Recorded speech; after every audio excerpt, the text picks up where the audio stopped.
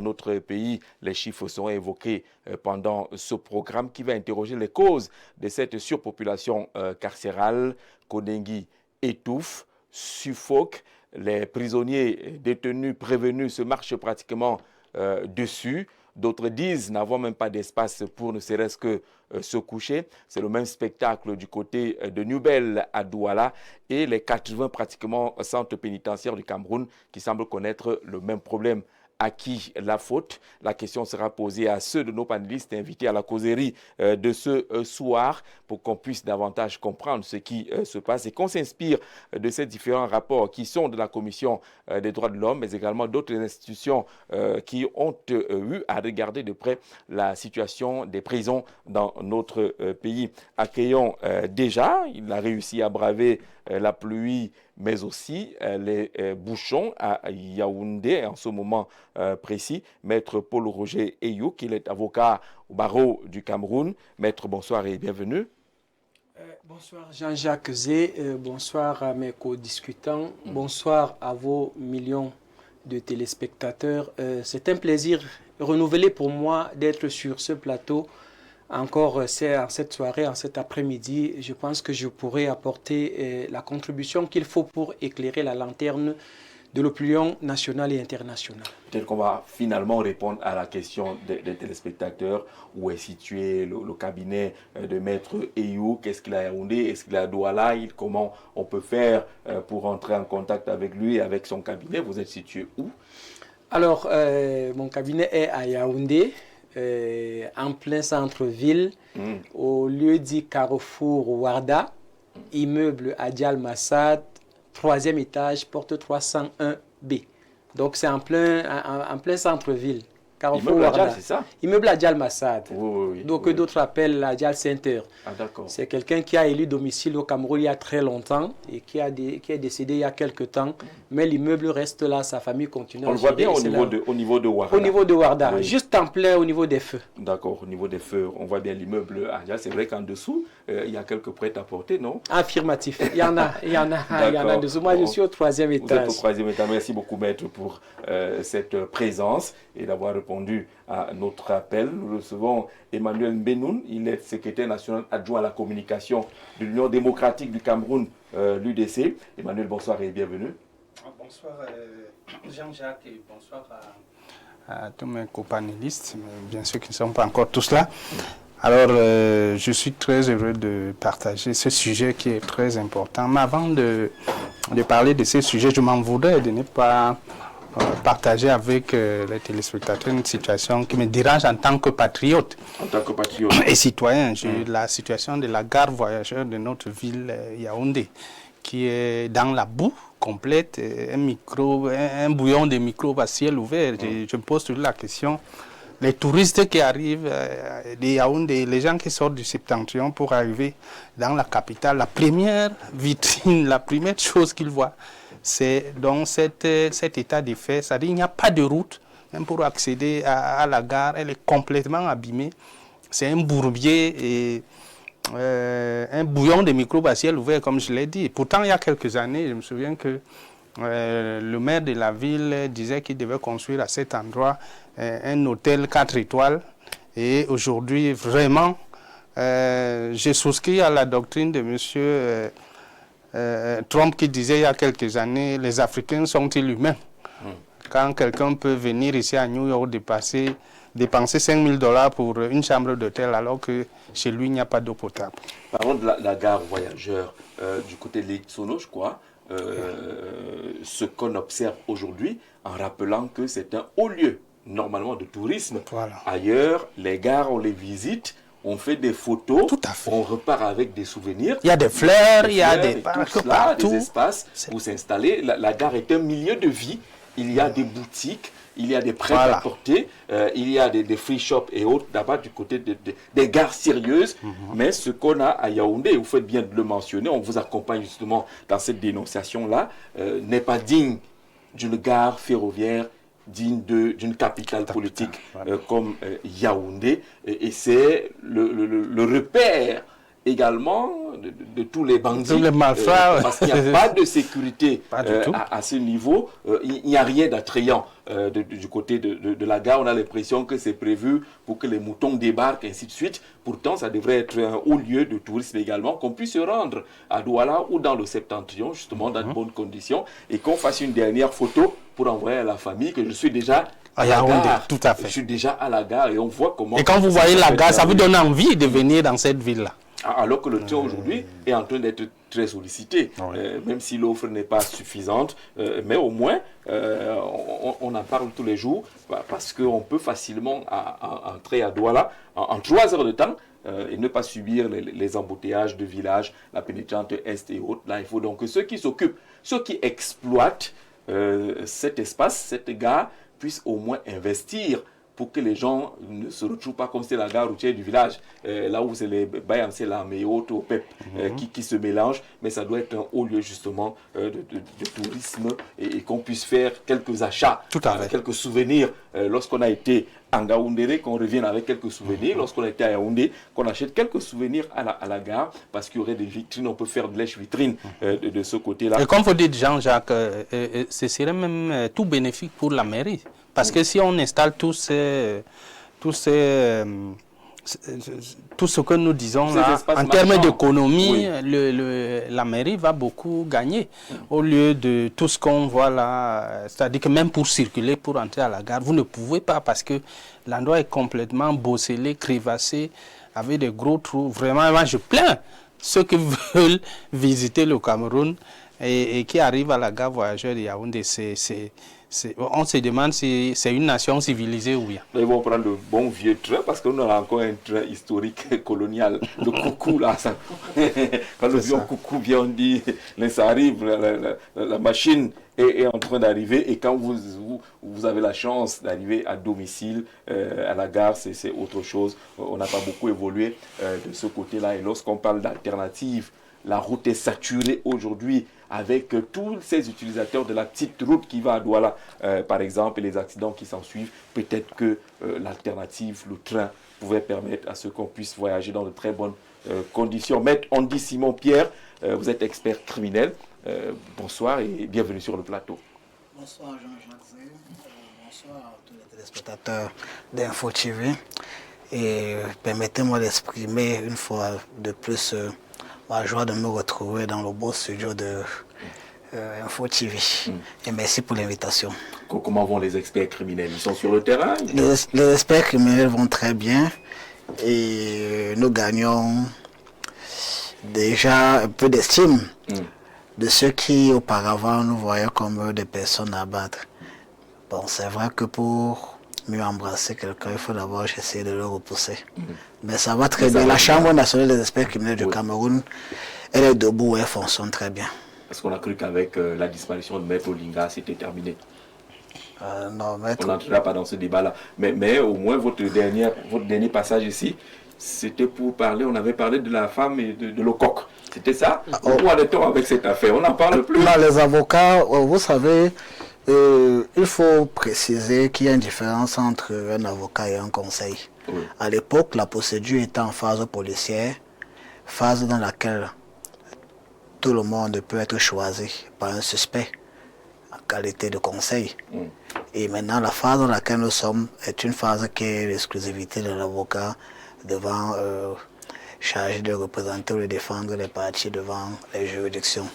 Alors même pour le bien-intérêt, pour le bon déroulement de la procédure, il n'est même pas aisé de commenter.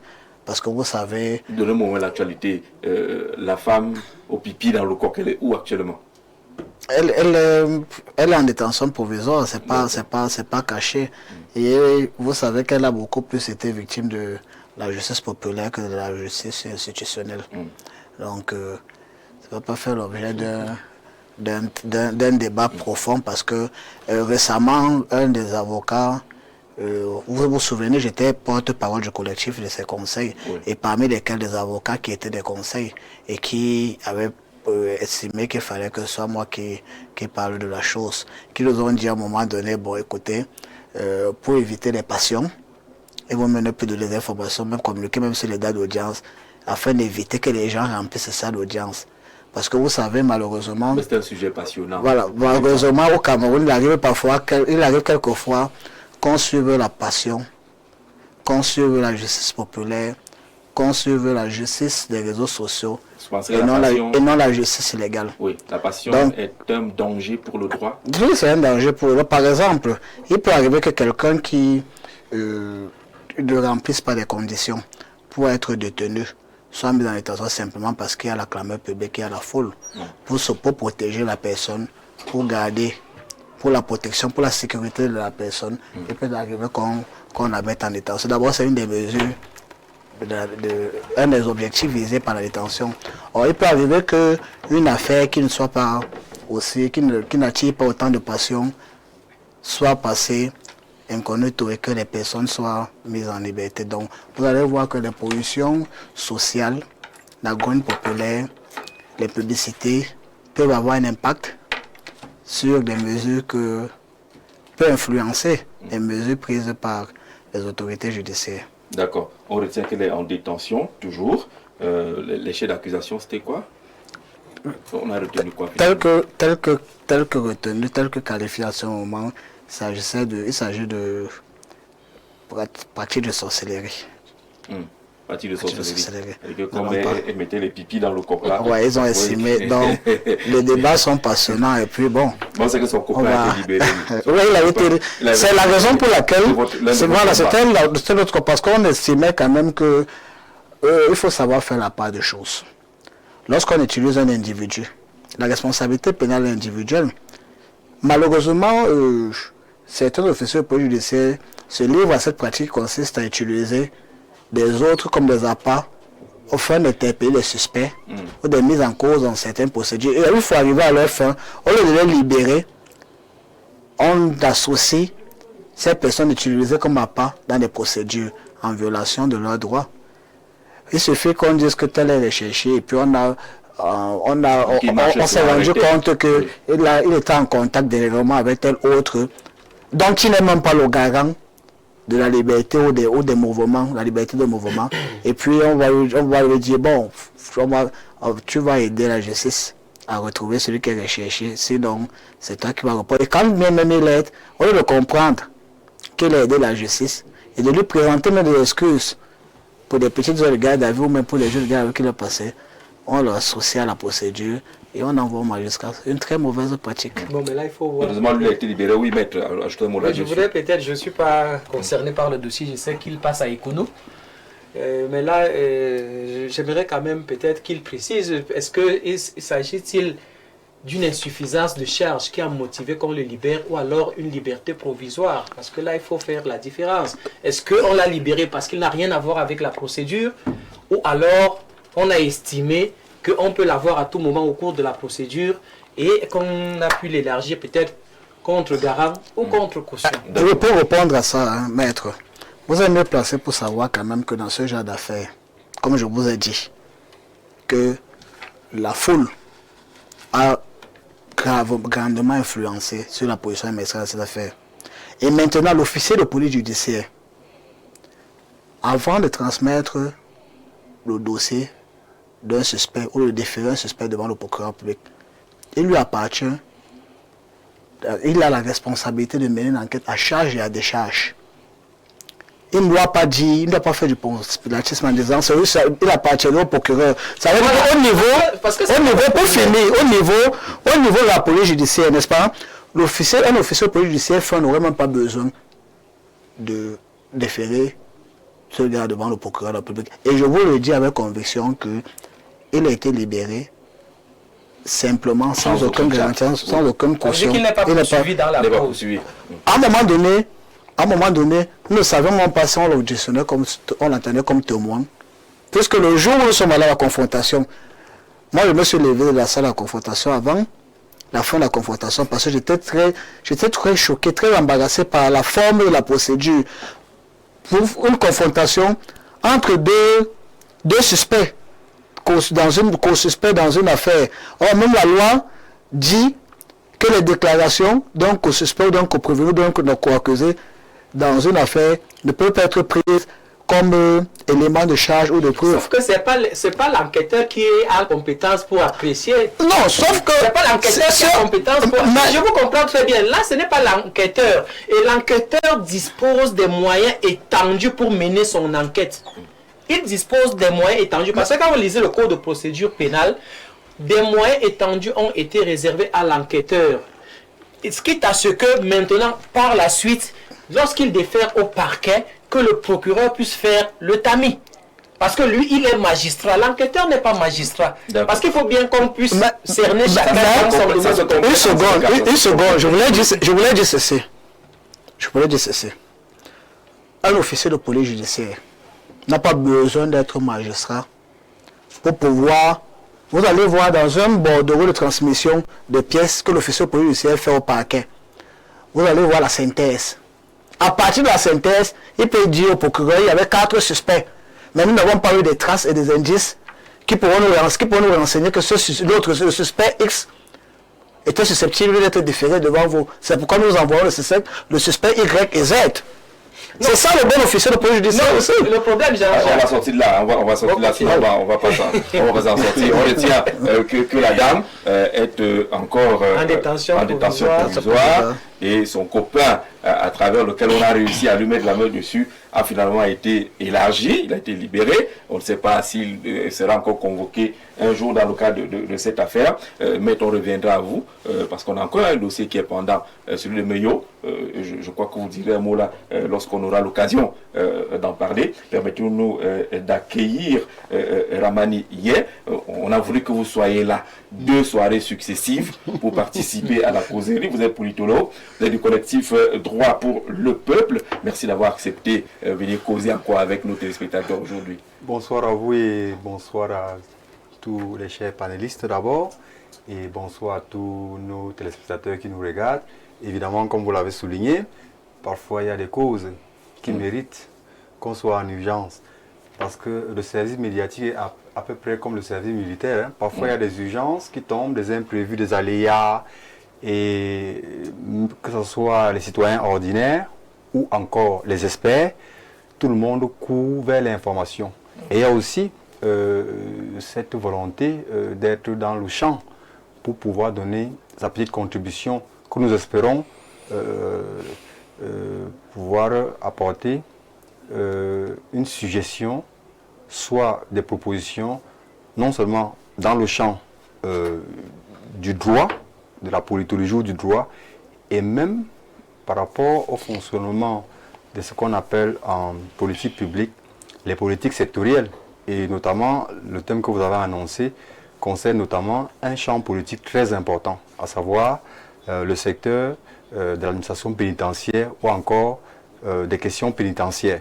D'accord, mais merci d'avoir accepté venir échanger avec nous. Le quotidien Mutation a consacré sa grande une justement à cette affaire, avec pour titre Cameroun, la bombe carcérale. Et le journal nous dit que le taux d'occupation des prisons passe de 159% en 2019 à plus de 177% en 2024, suscitant l'émoi de la Commission des droits de l'homme qui dénonce la systématisation de la détention provisoire. Nous, on va aller pas à pas pour essayer de comprendre justement, lorsqu'on parle de surpopulation carcérale, maître, il s'agit de quoi?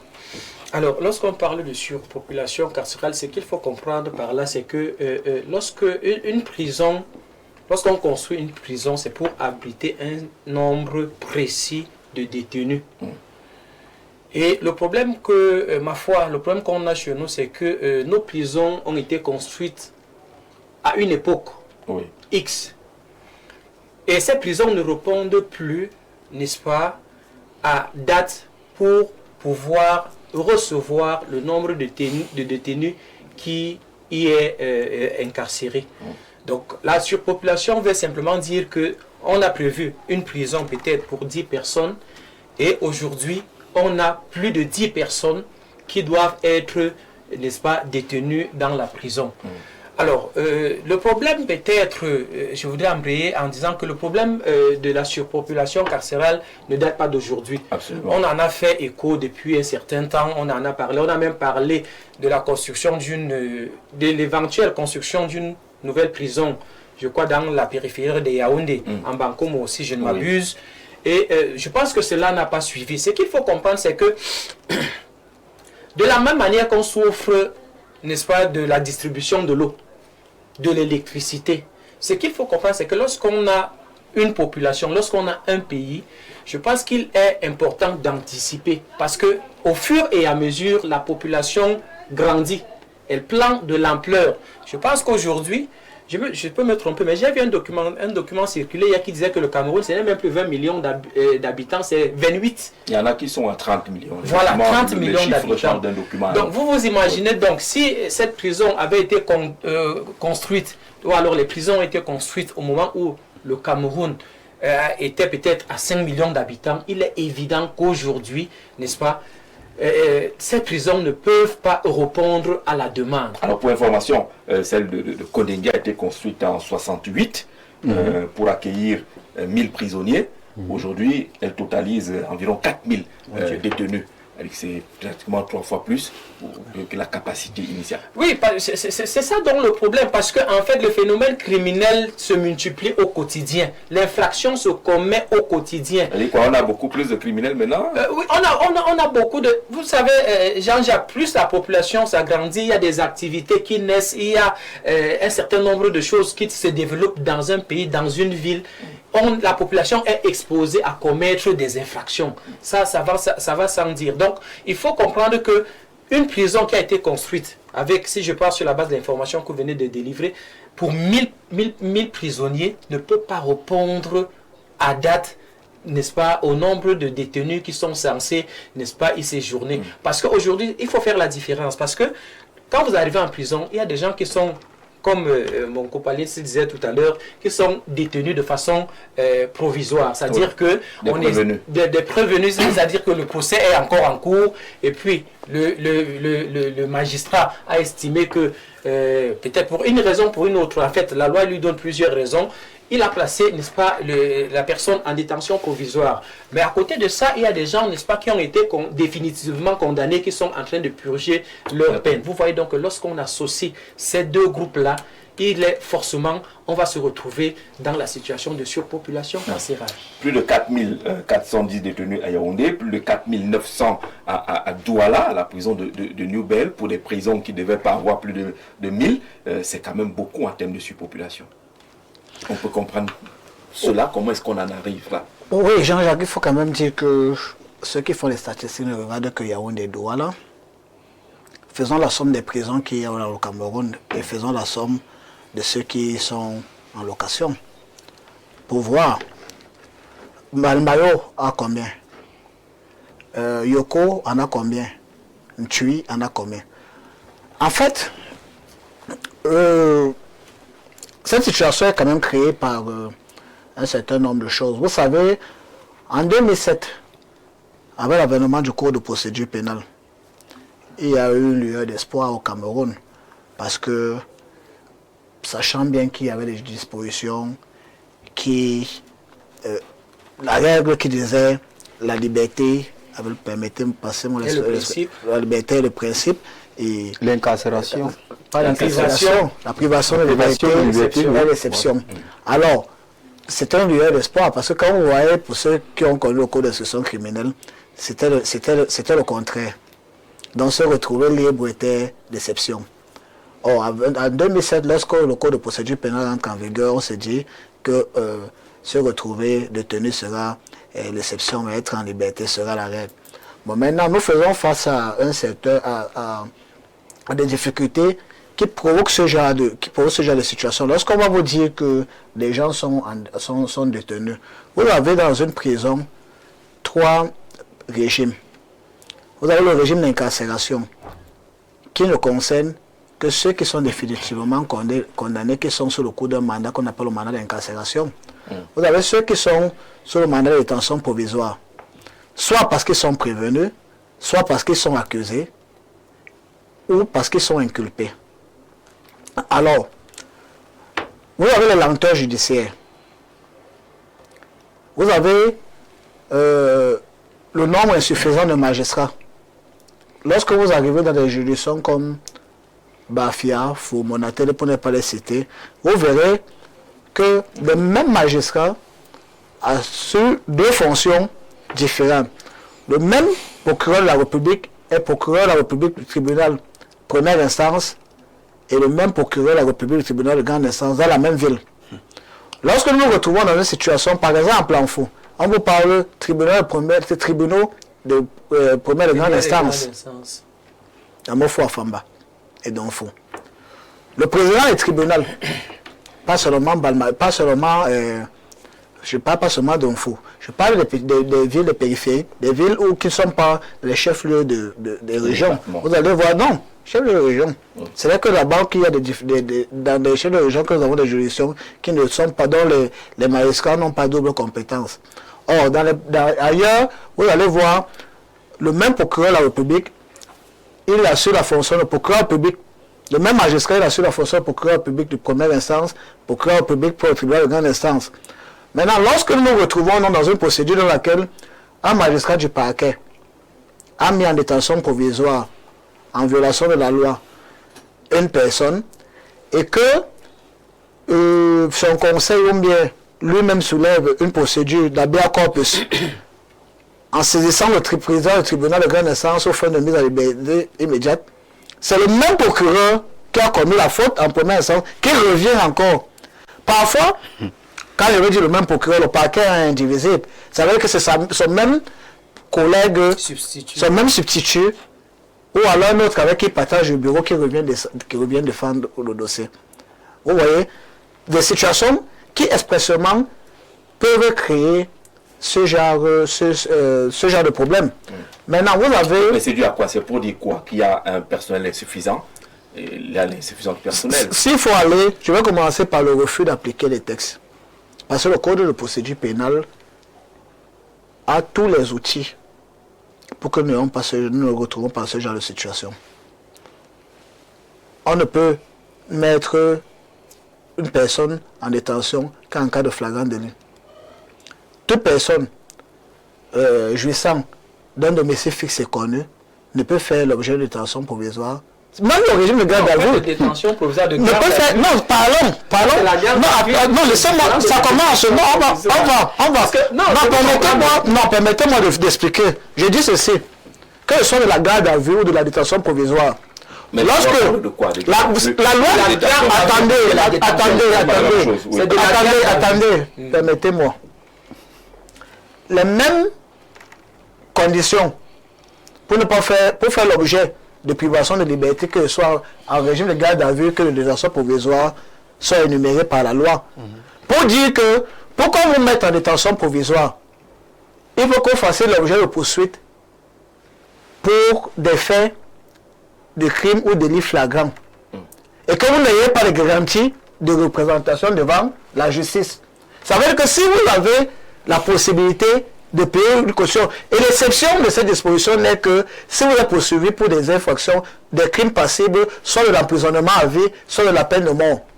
Mais pour tout le reste, si vous disposez des garanties qui assurent votre représentation devant l'autorité judiciaire, vous ne devez pas être mis en détention. Sauf si... Là, on a des experts. Pas que vous ne devez pas. On va y arriver. Jean-Jacques, pas que vous ne pouvez. Le problème, c'est que ce qu'il faut comprendre, c'est que l'appréciation est laissée au magistrat. C'est juste une parenthèse. La loi dit peu. Ça veut dire que le magistrat apprécie. Il n'est pas obligé de vous laisser. Non, sauf que vous m'avez pas laissé. Il apprécie souvent. Voilà ce que je peux. Je vais venir. Non, voilà. Nous sommes d'accord. Même pas laisser aller jusqu'au bout. Ce que je veux expliquer, c'est quoi? C'est que lorsque le magistrat est devant lui, une personne, un mise en cause, n'est-ce pas, dans une procédure, il ne doit pas chercher à savoir si la personne n'a pas les conditions pour être mise en liberté. Il doit, puisque la liberté l'arrête, il doit d'abord chercher à se rassurer que la personne jouit, si la personne jouit de toutes les garanties pour être en liberté. Ça, c'est la première des choses à faire.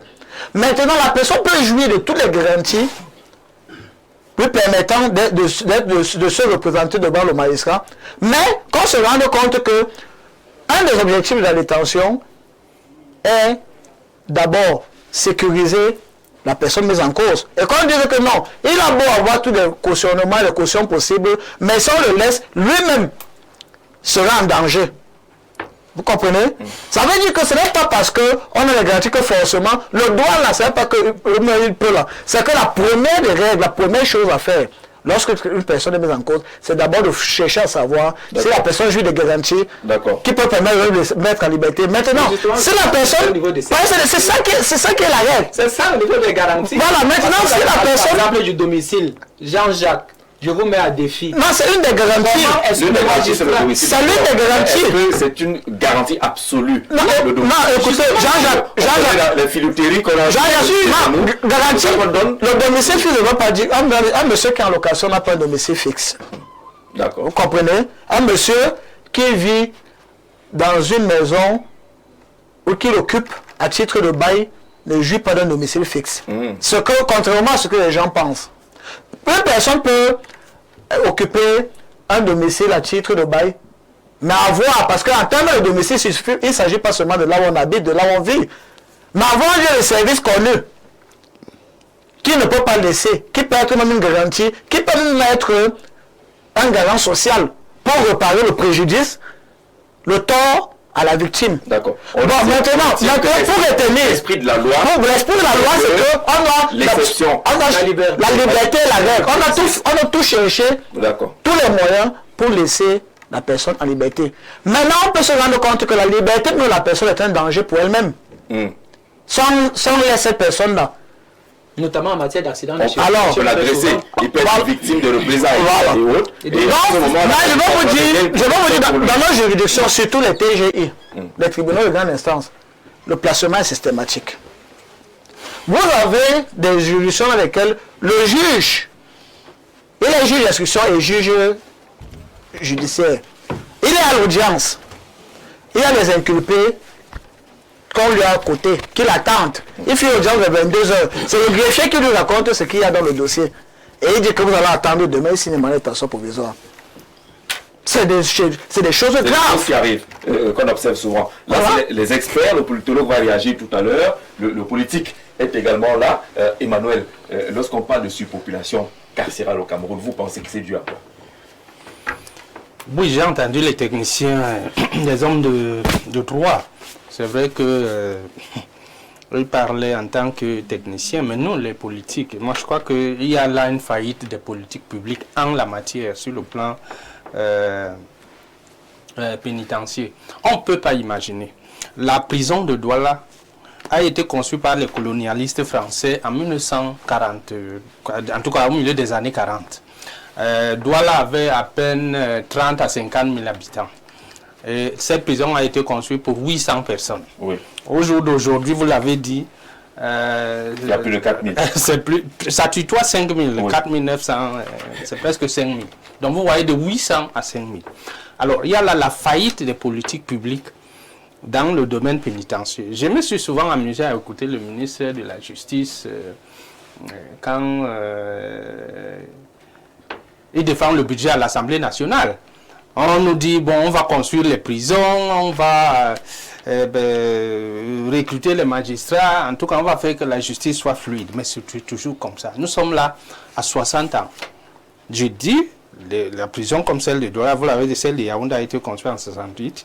Celle de Douala, dans les années 40. Est-ce que c'est normal dans un pays où les gens se soucient vraiment, à moins qu'on pense que les prisonniers, c'est pas le souci de nos gouvernants, parce que c'est ce qu'on voit. Moi, j'ai eu la grâce de faire souvent... Parce qu'il y a eu plusieurs annonces quand même, APK, je ne sais pas trop combien, 21. PK 17. On a dit qu'il y a un chantier là-bas. Une maison d'arrêt qui est en construction là-bas. Il était encore là, depuis le moment où il en avait parlé, après les incendies à la prison de Douala. On a annoncé ici à Yaoundé également. C'est pour cela que vous parlez de faillite. Oui, donc... les politiques publiques en matière pénitentiaire, franchement, je pense que même si on prend le magistère du président actuel, 43 ans, aucune prison de construite. On ne peut pas. Moi, je vous disais que j'ai pu faire un tour ici à la prison de Yaoundé. Il y a des enfants qui m'ont dit que nous, on reste debout sous le soleil comme sous la pluie. Il n'y a pas moyen de dormir. Vous comprenez, un être humain? Mais vous vous posez la question, mais tout ce qu'on donne comme argent dans cette, au ministère de la Justice, ça sert à quoi? Ça sert aussi parce que la prison, c'est pas des pestiférés, c'est des gens qu'on veut resocialiser. Oui. Donc, mais quand vous avez des témoignages comme celui-là, vous sentez que c'est des gens qu'on a complètement oubliés. Il y a un endroit qu'on appelle ici à Kondengue, le Kosovo. Mais là-bas, monsieur, un garçon m'a dit qu'il a tué les puces là-bas du matin au soir sans finir de les tuer. Les puces qui sucent le sang à cause de la saleté, la promiscuité qu'il y a dans ces lieux. Donc je dis les gouvernants... Oui, que si on veut être efficace, il faut construire. Oui. Donc au lieu de fermer les prisons, on doit plutôt les construire. C'est ce que l'UDC vous pensez? Non. Pendant que dans une situation moderne, oui, dans une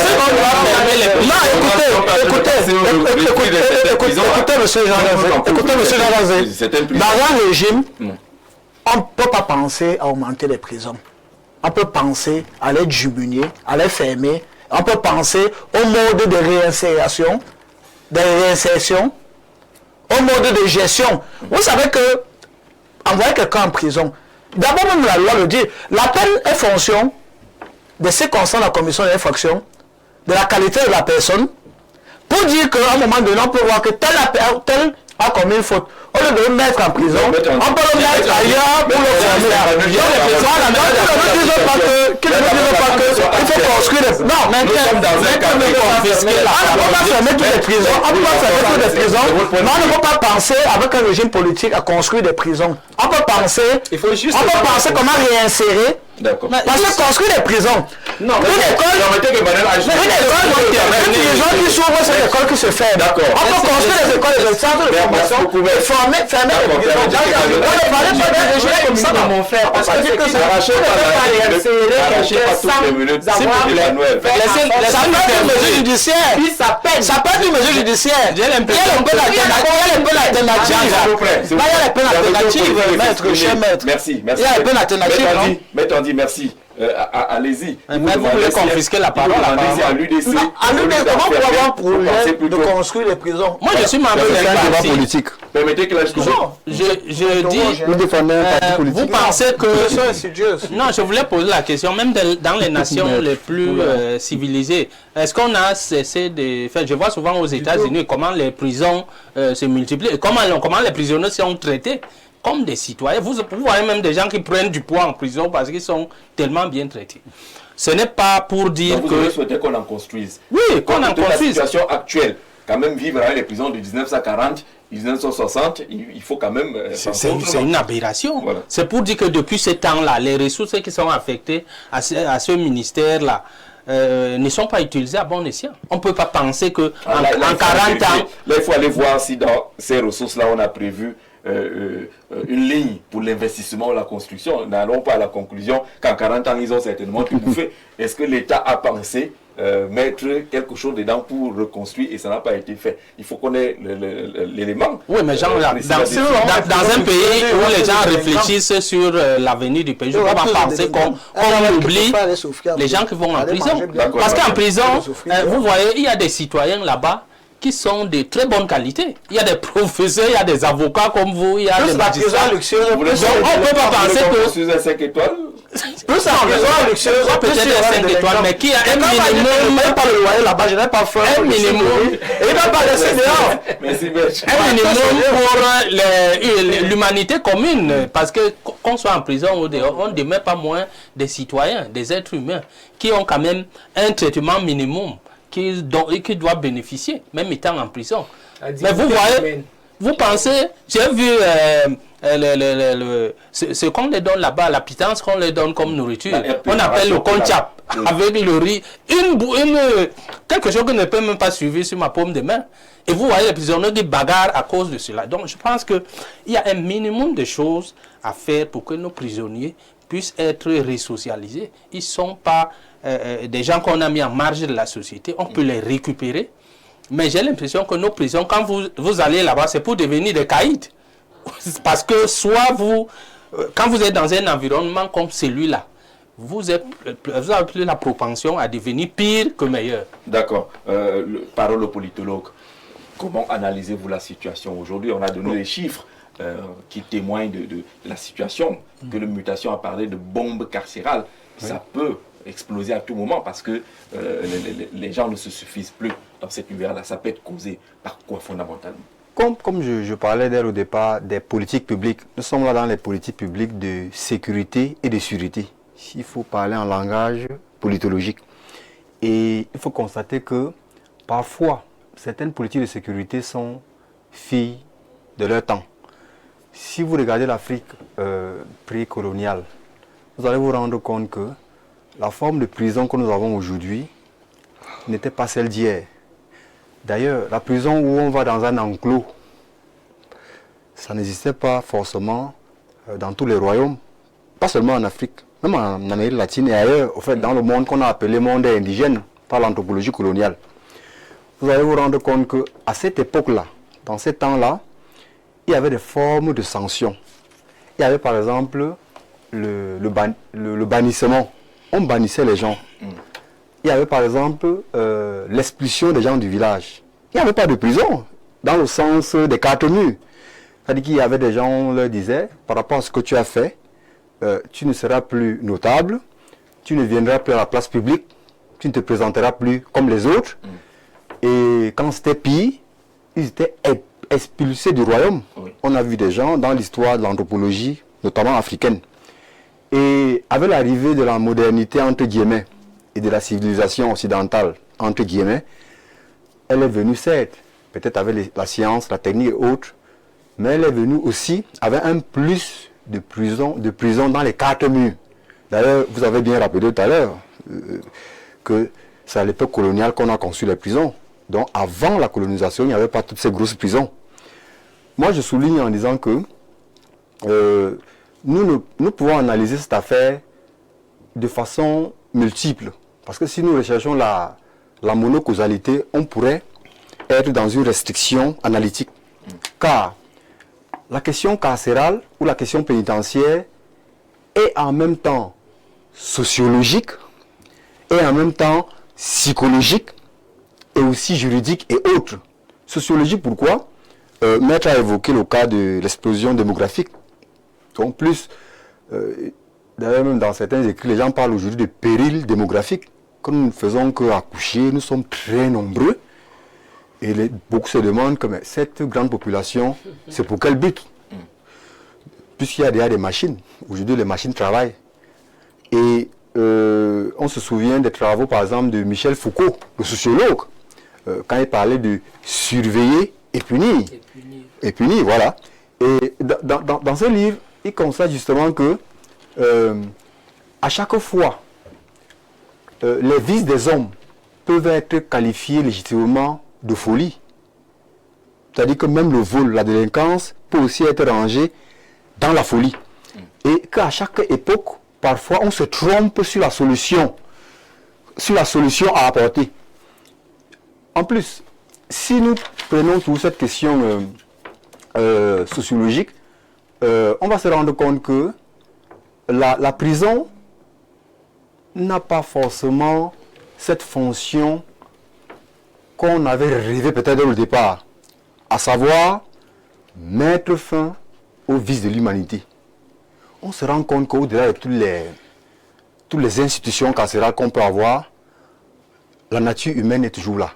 Les passions humaines, on ne peut pas les enfermer. Il y aura toujours les passions humaines. C'est-à-dire qu'il y a des gens qui en veulent plus dans leur vie. Il y a des gens qui prennent des raccourcis dans leur vie. Il y a des gens qui sont des anticonformistes par habitude et même durant toute leur vie. Et on se rend donc compte que dans notre cadre, peut-être juridique, si on revient à l'analyse juridique, pour finir, il y a eu des évolutions, comme elle l'a souligné, notamment en ce qui concerne la loi pénale. On a constaté dans la loi pénale les peines principales. Alors là, nécessairement pour faire peur aux très grands bandits. Mais on a aussi dit, désormais, on a légistisé ce qu'on a appelé les peines, ou bien les sanctions, ou les peines alternatives. Et même à ce soir, on oublie souvent de le dire. Et si je reviens uniquement sur les peines alternatives, il y a par exemple la sanction réparation, qui de mon point de vue est un élément utile. Si quelqu'un s'engage par exemple à rembourser le téléviseur qu'il a volé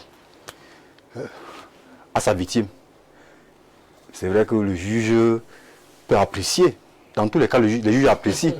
Un peu comme le maître le disait tout à l'heure, quelles que soient toutes les garanties que vous allez placer devant le juge, en matière pénale, on vous rappelle que ce n'est qu'à titre de renseignement et d'information. Le juge n'est pas tenu. Il n'est pas tenu absolument par les renseignements et les informations, mais il peut apprécier. Vous pouvez lui dire que vous habitez même derrière le tribunal. C'est tout cela qui contribue à construire son appréciation. Bien sûr. Oui. Vous pouvez dire au juge que vous habitez derrière le tribunal, son tribunal. Mais vous en faites. Vous êtes même le voisin. Parce que c'est pas vous, c'est pas... On peut aussi le dire alors que c'est pas vrai. Alors que c'est pas vrai. C'est aussi ça. Parce que pour dire qu'on habite quelque part, il faut ce qu'on appelle le certificat de domicile. Voilà. Et très souvent, excusez-moi de prendre quelques secondes, très souvent Jean-Jacques, dans les dossiers, parce que nous, c'est des choses qu'on vit tous les soirs. Tous les soirs, il y a des déférés. Vous demandez à quelqu'un, il vous dit que j'habite à tel endroit, mais il ne rapporte pas la preuve. En matière pénale, le problème c'est la preuve. Le juge va faire comment pour savoir que justement tu habites à tel endroit-là? Voilà. Et pour finir alors, si vous permettez, allez-y. Lorsqu'on regarde donc ces sanctions, enfin il y a une réforme pénale, il faut le dire. Et dans ces réformes pénales, lorsque vous regardez, il y a une des sanctions, je crois, alternatives, c'est le travail d'intérêt général, par exemple. Travail d'intérêt général. Et lorsque vous parcourez un peu la question pénale ou les prescriptions pénales, je crois bien qu'il est dit quelque part que le travail d'intérêt général peut aussi être fait par des prisonniers, je crois condamnés d'abord. Un maître, je pense sur le contrôle. C'est une nuance. On a bien précisé des prisonniers condamnés. Définitivement condamnés. Ça veut dire que dans une prison où il y a tellement de condamnés, c'est aussi une main-d'œuvre. C'est aussi une main-d'œuvre. Mais pour l'applicabilité, l'élément sociologique revient. Allez vous demander à un ministre qui est en prison, condamné, de sortir peut-être pour un travail d'intérêt général et de ramasser les ordures à la poste centrale. Je dis bien un ministre. Vous lui demandez d'aller au marché de Fundi, aider, je ne sais pas, les dames à ramasser les ordures en tant que peine. Il n'est plus ministre, hein, c'est un délinquant. Quand vous voyez seulement le travail d'intérêt général, là, comme être dans la rue. Je parle des aléas, des imprévus, des réalités sociologiques, l'élément sociologique. Oui. Dans tous les cas, la solution ne peut pas être, dans une société, de multiplier les prisons. Puisque la solution est en amont. Là, je suis d'accord avec lui, avec Victor Hugo.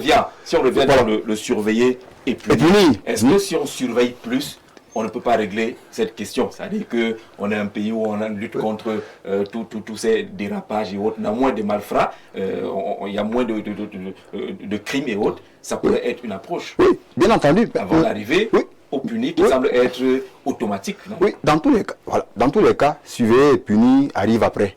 En amont, il y a un problème sociologique.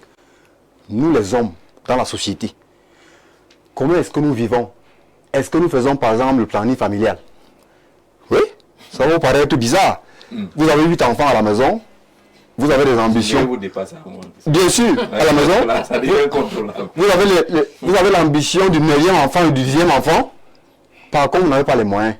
Vous allez les retenir comment? En ce qui concerne leur comportement. Parce que la déviance n'est pas toujours naturelle. La déviance, c'est-à-dire l'écartement par rapport aux normes, est aussi le résultat du milieu dans lequel l'individu se trouve. D'accord. On poursuit, on lit 2 messages avant d'introduire justement notre invité Parfait Onguéné qui nous a retrouvé, les communicants du Rassemblement démocratique du peuple camerounais.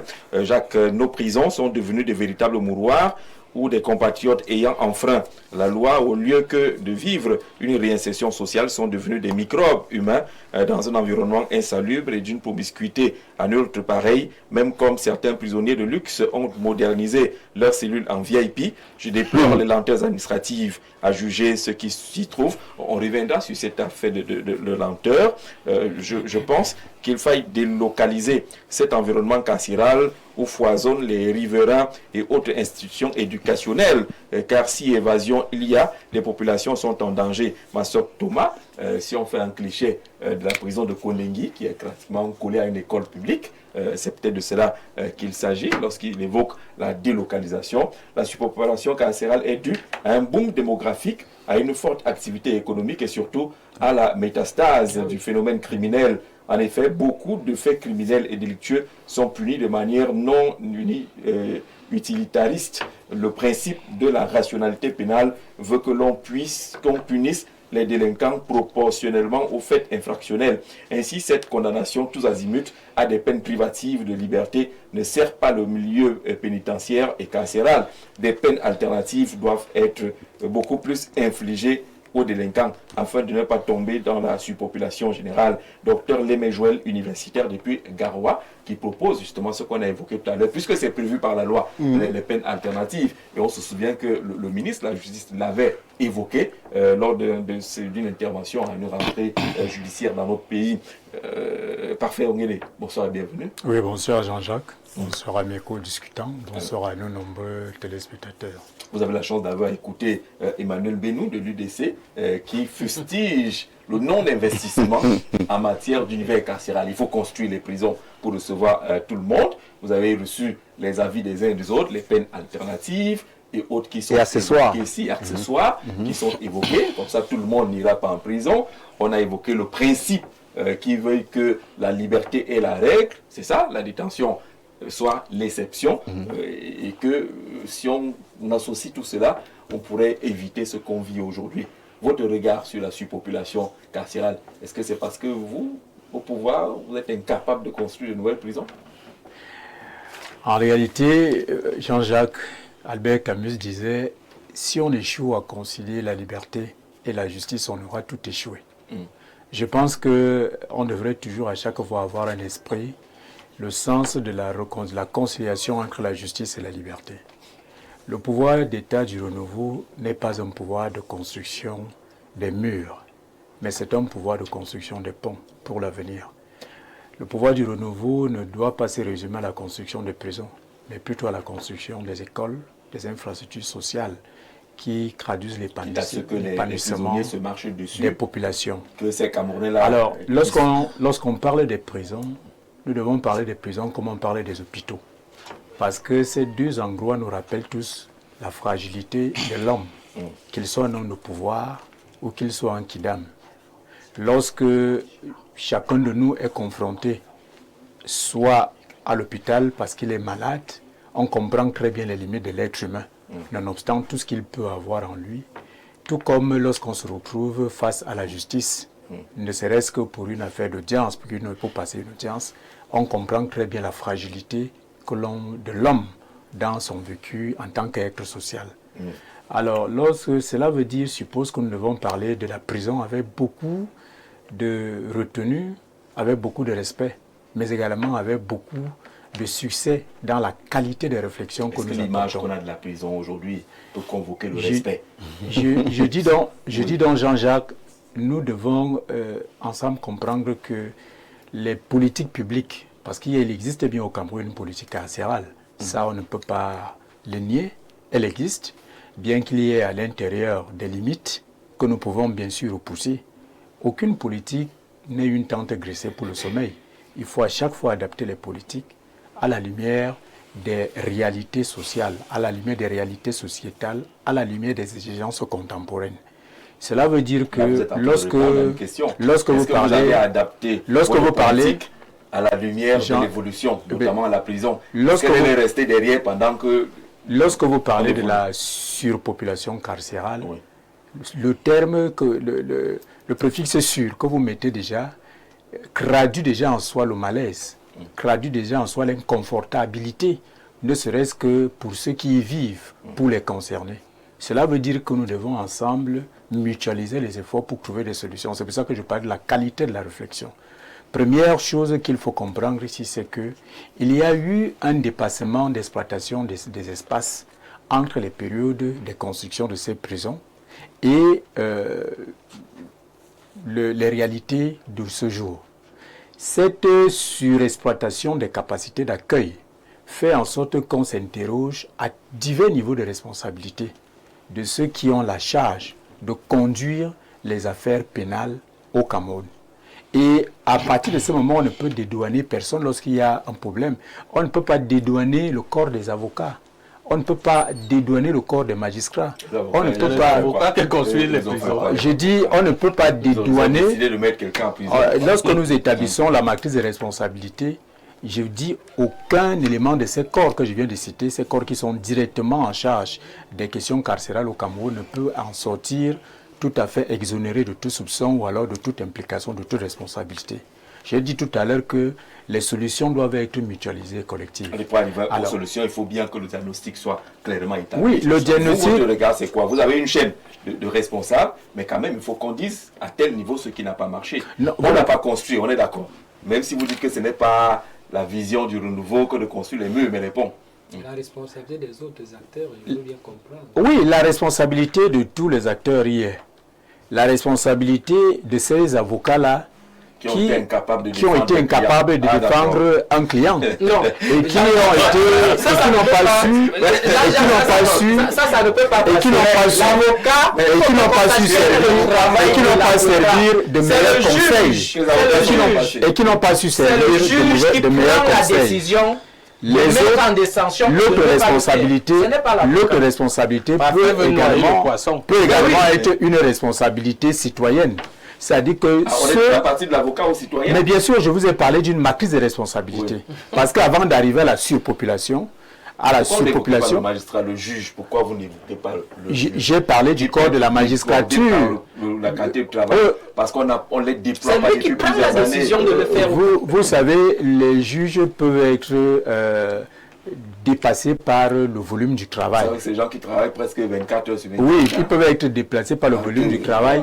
Mais vous savez, il y a un principe en droit dans la magistrature qui dit que l'indépendance du juge est marquée par sa propre conscience. La conscience du juge qui dit le droit au nom du peuple. Et le droit est déjà appliqué, le juge a suffisamment de marge pour éviter que les prisons soient surpeuplées. Vous comprenez? Suffisamment de marge au moment de rendre le verdict, ne serait-ce qu'à titre provisoire. Quelqu'un nous a parlé tout à l'heure des incarcérations qu'on trouve même dans les postes de gendarmerie ou de police, les gardes à vue. Même à ce niveau, vous allez trouver qu'il y a des gens qui vont au-delà de la réglementation, mais qui sont gardés à vue. Ils ne sont pas encore jugés. C'est pour ça que je vous parlais tout à l'heure de la matrice des responsabilités. Ce que nous devons tous avoir en conscience, c'est la conception de la prison que nous avons. La prison, si c'est une privation de liberté, et que la prison n'est pas le lieu, en réalité, soit des règlements de compte, ou alors de toute flagellation du peuple camerounais, il faudrait qu'on s'interroge sur notre responsabilité dans la dynamique des décisions qui sont prises et qui sont susceptibles d'amener quelqu'un jusqu'au niveau de la prison. On ne va donc pas comme ça s'attaquer aux politiques publiques carcérales en jetant l'anathème de façon unilatérale sur cela, mais on doit également s'interroger sur nous-mêmes qui avons la charge au quotidien d'appliquer les lois et règlements en vigueur en matière carcérale, en matière pénale et en matière pénale au Cameroun. Il faudrait que nous-mêmes on s'interroge sur notre responsabilité et à partir de là, on pourra dégager les solutions indispensables à l'amenuisement ou alors à la soustraction du nombre des populations qui s'y trouvent. On ne va pas dire, moi j'ai souvent, c'est vrai ce ne sont pas des milieux que j'aime fréquenter, mais j'ai souvent eu un regard assez périphérique. Malgré le regard périphérique, pense qu'il y a souvent quand même quelques travaux d'aménagement, mais pas quand même de grande envergure, mais quelques travaux d'aménagement au sein des prisons. On ne peut pas dire que c'est ça la solution qu'il faut, mais on relève quand même qu'il y a quand même, oui, ça reste insuffisant. Ça reste insuffisant. Il faut aller plus loin que ça. Il faut aller plus loin que ça. Mais la question qu'on devrait tous nous poser en notre âme et conscience, c'est que pourquoi avoir une politique carcérale aussi agressive, où il faudrait déjà mettre de véritables moyens pour construire de grandes prisons? Je pense que En fait, comme dans une communauté où on a reproché à l'élite qui se vantait dans un discours d'avoir construit de la prison, que c'est ce que tu as trouvé pour tes frères, venir construire une prison moderne ici au village. Et puis je pense que... Et ça retrouve un peu ta préoccupation. Je partage. Alors permettez qu'on mette juste une petite pause pour annoncer que la fumée blanche est désormais sortie du côté du Vatican. Et un nouveau pape, Dominique Mamberti, c'est son nom, il est français. De 73 ans. On dira des images avec la réaction, essayer de nous prendre des images de la fumée blanche et qu'on puisse découvrir très rapidement avant la fin de ce programme peut-être le visage ou l'euphorie du côté du Vatican où la fumée blanche est très visible et où le nom du nouveau pape est déjà présenté, Dominique Mamberti, qui est un Français de 73 ans. En fait, tout pour qu'on puisse avoir son visage, son image avant la fin de ce programme. Moi, on parle des prisons qui intéressent beaucoup l'Église catholique, qui ont des aumôniers dans ces différentes prisons-là, et où les messes sont dites tous les jours et les chorales existent dans ces différentes prisons. Maître, vous vouliez réagir de tout à l'heure? Oui, je disais que je partage son avis sur les responsabilités des uns et des autres, des acteurs du fonctionnement de la justice, de ceux qui appliquent les auxiliaires de justice.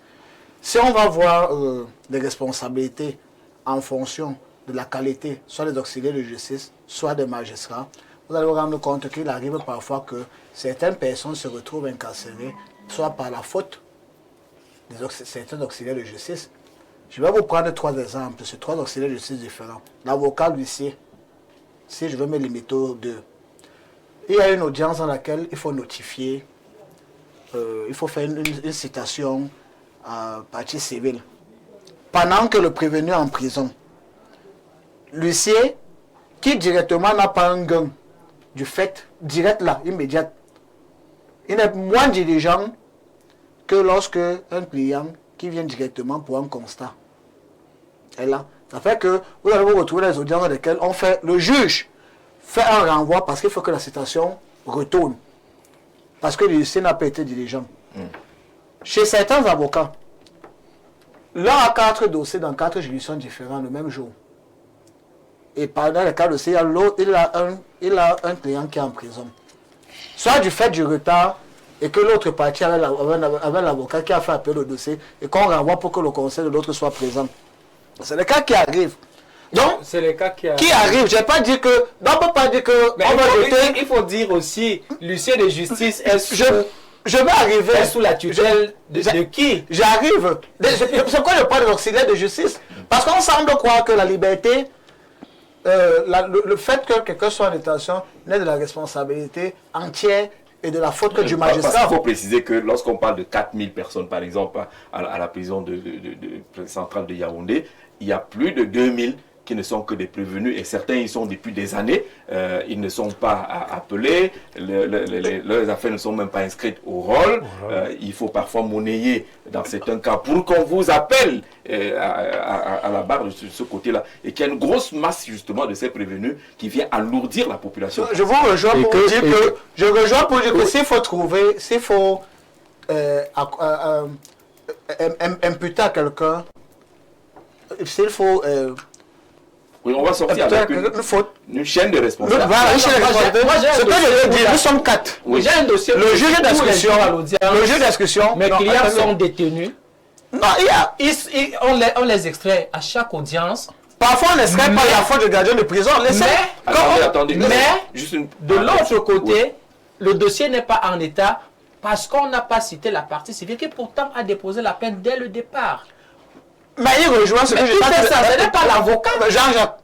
Il rejoint ce que je fais. Ce n'est pas l'avocat. Parce que quand vous prenez le dossier, par exemple, vous allez vous rendre compte que dans le dossier, il y a les contacts de la partie civile, de la partie plaignante. Ça veut dire que du jour au lendemain, on peut mettre la main sur la personne pour lui dire que l'audience passe tel jour.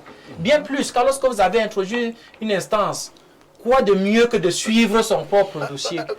Jean-Jacques, Je pense que le problème ne se trouve pas dans ce cas, c'est une mauvaise pratique judiciaire de penser que la présence de la partie civile est très importante dans un procès pénal.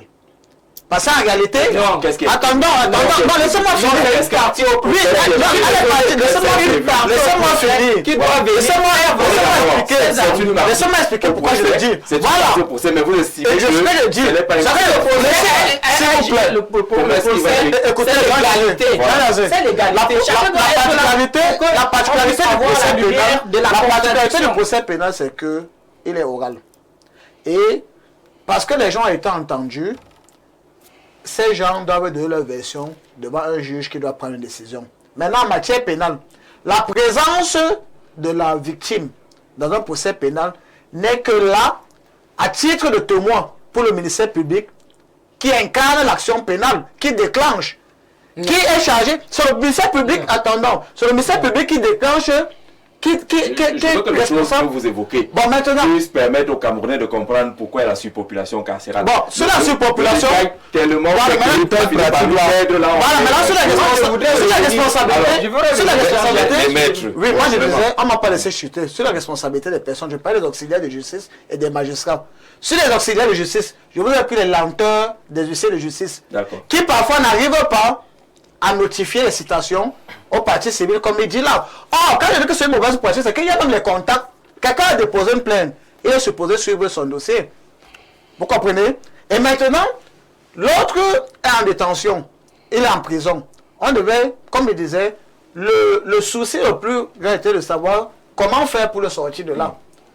Maintenant, la responsabilité de l'avocat, de certains avocats, je vais commencer par les huissiers, les avocats, les greffiers, les fonctionnaires de l'administration pénitentiaire qui parfois envoient un mandat d'extraction à la prison pour faire comparaître des prisonniers et qui parfois ne lisent pas mais n'exécutent pas. Donc c'est toute une chaîne qui est... On ne peut pas faire parler la responsabilité. Voilà, eux-mêmes les détenus, mais parfois on lit. Moi j'ai vécu ça. On envoie le mandat d'incarcération. Parce que le mandat de comparution ou le mandat d'extraction, à la veille, on lui dit, tu dois comparaître devant le juge d'instruction demain, ou devant le procureur public, ou devant la justice de jugement. Au moment où on fait l'appel, il ne vient pas. Donc il y a plusieurs personnes interviennent dans ces pour la plupart des messages que nous recevons, beaucoup parlent des lenteurs judiciaires qui sont mille et une fois rappelées. Il y en a qui parlent de corruption. Il y en a qui parlent justement du peu de personnel, notamment au niveau de la magistrature, parce que le conseil n'a pas siégé depuis longtemps et on ne déploie pas les personnels. Ils sont saturés par le travail. On avait les 10 pauvres magistrats qui parfois peuvent présenter des signes de fatigue, mais ils doivent travailler, il n'y a personne d'autre pour le faire, pourtant les gens sont formés et ne sont pas déployés. Bonsoir, le grand soir, Jean-Jacques, il y a tellement des innocents en prison au Cameroun, c'est la loi du plus fort. Alexandre a envoyé son gardien de maison, je n'étais pas au courant, je ne sais pas de quoi il s'agit. Jean-Émile, depuis la cité verte, bonsoir Jean-Jacques et bonsoir à ton panel. La surpopulation carcérale, ah bon, le lycée dans les exemples sont... Je connais ce dossier. Vous êtes sur ça? Je crois que ça passe même... Vous savez que nous qui ne sommes rien, on nous envoie facilement en prison aussi. Bon, c'est le magistrat qui décide de placer. C'est le magistrat qui saura. C'est pas l'exemple. Parfois le magistrat passe parce que... Il dit qu'il accuse d'avoir volé combien? Il y a beaucoup d'argent qu'on vole dans les domiciles des gens, 40 millions de francs CFA au domicile d'Alexandre. Et l'oublie que même son petit frère peut voler. Bonsoir Jacques et bonsoir, le personnel de maison est exposé. Dès qu'il y a un coup de vol domestique, chauffeur, c'est d'abord vous. Alors qu'il y a un cousin qui est là, qui a tout là-bas. Et ils n'ont aucune garantie pour rester en justice, pour réclamer leurs droits. La surpopulation carcérale est due au refus de mettre en pratique des peines alternatives et l'aménagement des peines carcérales. Kalista Lom depuis Yaoundé qui nous propose un tableau. Le Cameroun a 10 prisons centrales, 48 prisons principales, 16 prisons secondaires. Où sont passées les prisons de production? Il y en avait également à une époque où on parlait de ces prisons-là. On a pratiquement une quarantaine de prisons dans notre pays, mais la question reste là. Je voudrais que dans nos échanges, que le téléspectateur puisse noter que premièrement, maître a dit qu'il y a telle cause, le politologue a ajouté telle autre cause, et ainsi de suite. Jean-Jacques, moi je voudrais revenir là-dessus. Je voudrais dire d'abord, mes compagnons ont dit quelque chose tout à l'heure. Il faut savoir que lorsqu'on parle de prison en matière pénale, parce que c'est une sanction en fait. Et en amont, il y a ce qu'on appelle l'infraction. Le principe, c'est qu'on ne transige pas en matière pénale. Ça, c'est le principe. Et lorsque on est reconnu coupable d'avoir commis une infraction, il faut qu'on vous inflige une sanction. Parce que l'infraction, c'est vous avez péché, permettez-moi l'expression, contre la société, pas seulement contre la victime de l'infraction, la victime directe, mais contre la société. C'est ce qu'il faut comprendre. Maintenant, j'ai entendu parler de resocialisation et autres. Il faut d'abord qu'on puisse vous appliquer une sanction. Moi, je voudrais dire ceci. La première chose, c'est que lorsque vous regardez, lorsqu'on applique les peines, il y a les peines privatives de liberté, il y a les peines d'amende. On a longtemps parlé des peines alternatives et autres. Je ne vais pas revenir là-dessus. Ce que je pense, Jean-Jacques, c'est que... Les peines d'amende, c'est au civil, non? Non. Non, peine comme peine. C'est une peine, en matière pénale, il y a la peine d'amende. Moi, je pense que la justice devrait axer, n'est-ce pas, la répression plus en utilisant la peine d'amende. Parce que ce que j'ai observé en tant qu'acteur, c'est quoi? C'est que lorsque vous condamnez quelqu'un, par exemple, à 200 000 d'amende, puisque l'exécution de cette peine-là est immédiate, parce qu'on vous dit les condamnations au profit de l'État, les mandats sont exécutoires immédiatement. Le monsieur ou sa famille vont faire des mains et des pieds pour pouvoir s'acquitter de cette peine-là, de cette amende-là, autant pour moi, pour que l'un des leurs ne puisse pas se retrouver en prison. Donc moi je pense que pour des infractions qui ne sont pas, permettez-moi l'expression, graves, on peut, n'est-ce pas, utiliser la peine d'amende. Là, ça permet également que l'argent entre dans les caisses de l'État. A contrario, lorsque on met les gens, on les envoie directement en prison, l'argent sort plutôt des caisses de l'État parce qu'il faut les nourrir, il faut les soigner, il faut les entretenir. Donc moi, je pense que l'un des problèmes, c'est que on axe peut-être parfois la répression ou alors la sanction sur la peine privative de liberté, pas assez sur la peine d'amende. Ça, c'est deux. De deux, Jean-Jacques, il y a deux choses que je pense qu'il faut qu'on intègre dans notre système. La première chose, c'est qu'il faut qu'on intègre le juge de l'exécution des peines. Je pense qu'aujourd'hui, la nécessité s'impose. Parce que lorsque on parle, par exemple, des gens qui ont purgé des peines, leurs peines et qui sont encore en prison, le problème, c'est quoi? Le problème, pour moi... Ce qu'on appelle, il faut payer, parfois les comptes. Parce que s'il y a un juge qui n'est là que pour veiller sur l'exécution des peines, je me dis que le problème peut être réglé. L'autre chose que je pense qu'il faut peut-être qu'on intègre aujourd'hui, c'est le juge de la mise en état des dossiers. Parce que comme ce que le frère évoquait tout à l'heure, on attend le retour de la citation, on attend que le dossier fasse ceci et tout. Le problème du juge, c'est quoi? C'est qu'il veut que le dossier soit en état pour qu'il puisse juger. Le juge ne va pas aussi juger si le dossier n'est pas en état. D'accord. Donc, moi, je pense que si on peut adopter ces deux... Une seconde. Il y a Emmanuel qui observe. Une seconde. La seconde, je vais la prendre parce que nous sommes en même temps en repérage avec le Vatican. Et il faut dire que nous sommes encore à l'annonce de la fumée blanche et que le nom du pape n'est pas encore connu. Nous avons évoqué tout à l'heure le cardinal Dominique Mamberti, qui est français. C'est lui plutôt qui va annoncer le nom du successeur du pape. Il faut qu'on soit conforme au processus du côté du Vatican. Donc l'info, c'est qu'il y a déjà un pape, il y a la fumée blanche.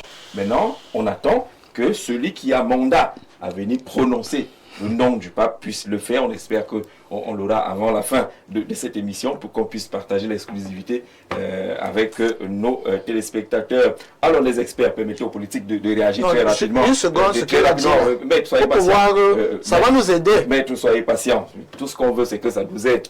D'accord? Parce que quand ça va nous aider, lui, je ne vais même plus reprendre la parole. Non, je ne vais plus reprendre la parole. Vous la prendrez. Non, je ne vais plus reprendre. Allez-y. Vous savez, Maître tout à l'heure a évoqué le fait de la prison, mais il est resté c'est rien que sur le pan de la sanction. Or, la sanction n'est prononcée que pour quelqu'un qui est définitivement condamné. Oui. Or, C'est la sanction c'est ça qui est la qui condamne. sanction, oui. Or, vous avez des gens qui sont en détention provisoire, qu'on élargit après. Donc, ils ont été en prison pour rien et ce n'était pas une sanction. Oui. C'est lorsqu'une décision a été rendue qu'on parle de sanction. Sanction, d'accord. Et là, vous allez vous rendre compte que il y a plus de personnes en détention provisoire que de personnes définitivement condamnées. Absolument. Ça fait un problème quand même. C'est là le problème. Et maintenant, qu'est-ce qui est à l'origine?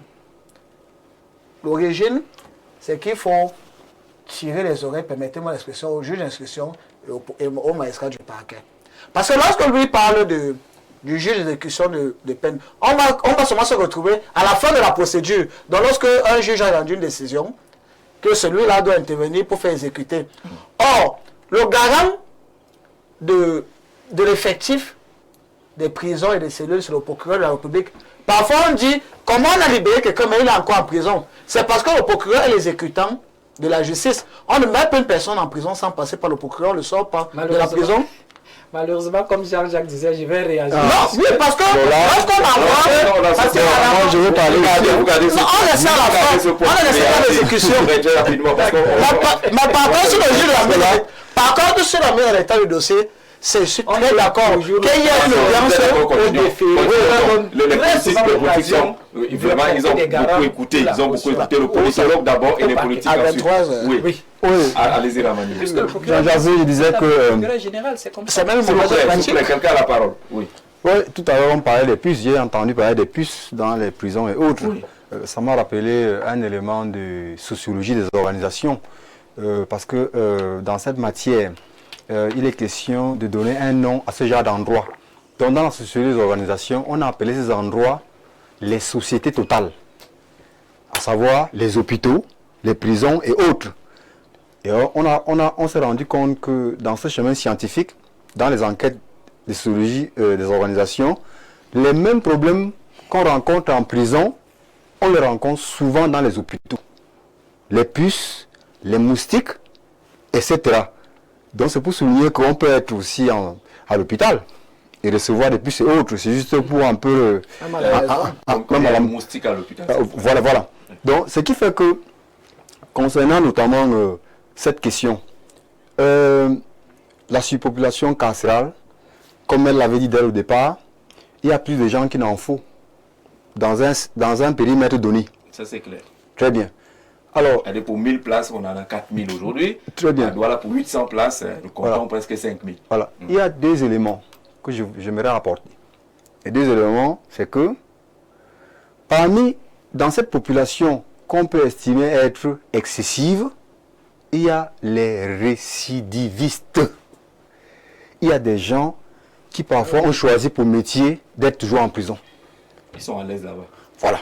Donc les Et récidivistes, ils sortent, ils commettent encore une infraction, ils repartent. ne les oublions pas, n'est-ce pas? Ouais. Vous les retrouvez, ils vous disent que non, en prison je faisais mon commerce, tout ça. Oui, il y a des gens qui le disent. On a connu dans les années, je crois 2000, un détenu, je ne vais pas citer le nom, il est dans le littoral en prison, qui disait que lorsqu'il va en prison, et lorsqu'il va en corvée, ce qu'on appelle la corvée libre dans le langage, il va pousser en corvée. Il est pousseur, c'est-à-dire qu'il sort de la prison le matin, il va aller pousseur, qu'il s'épanouit mieux que lorsqu'il est dehors avec les problèmes de la famille. Qu'il s'épanouit mieux et qu'il dort mieux quand il rentre. Ça peut paraître bizarre, mais c'est des réalités, c'est des faits. Et en dehors de ça, il y a le deuxième élément que je voulais souligner.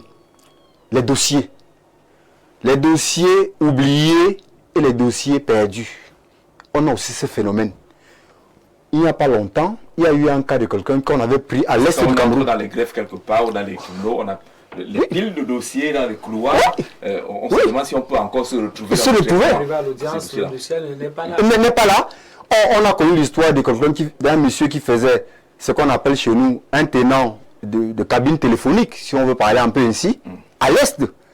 Puis une affaire, il parlait de rancœur avec un haut gradé, c'est pas un haut gradé de l'administration. Un préfet. Le préfet lui a dit, tu vas voir. Il a été transporté, il dit avoir été transporté de l'Est. C'est vrai que c'est quand même étonnant.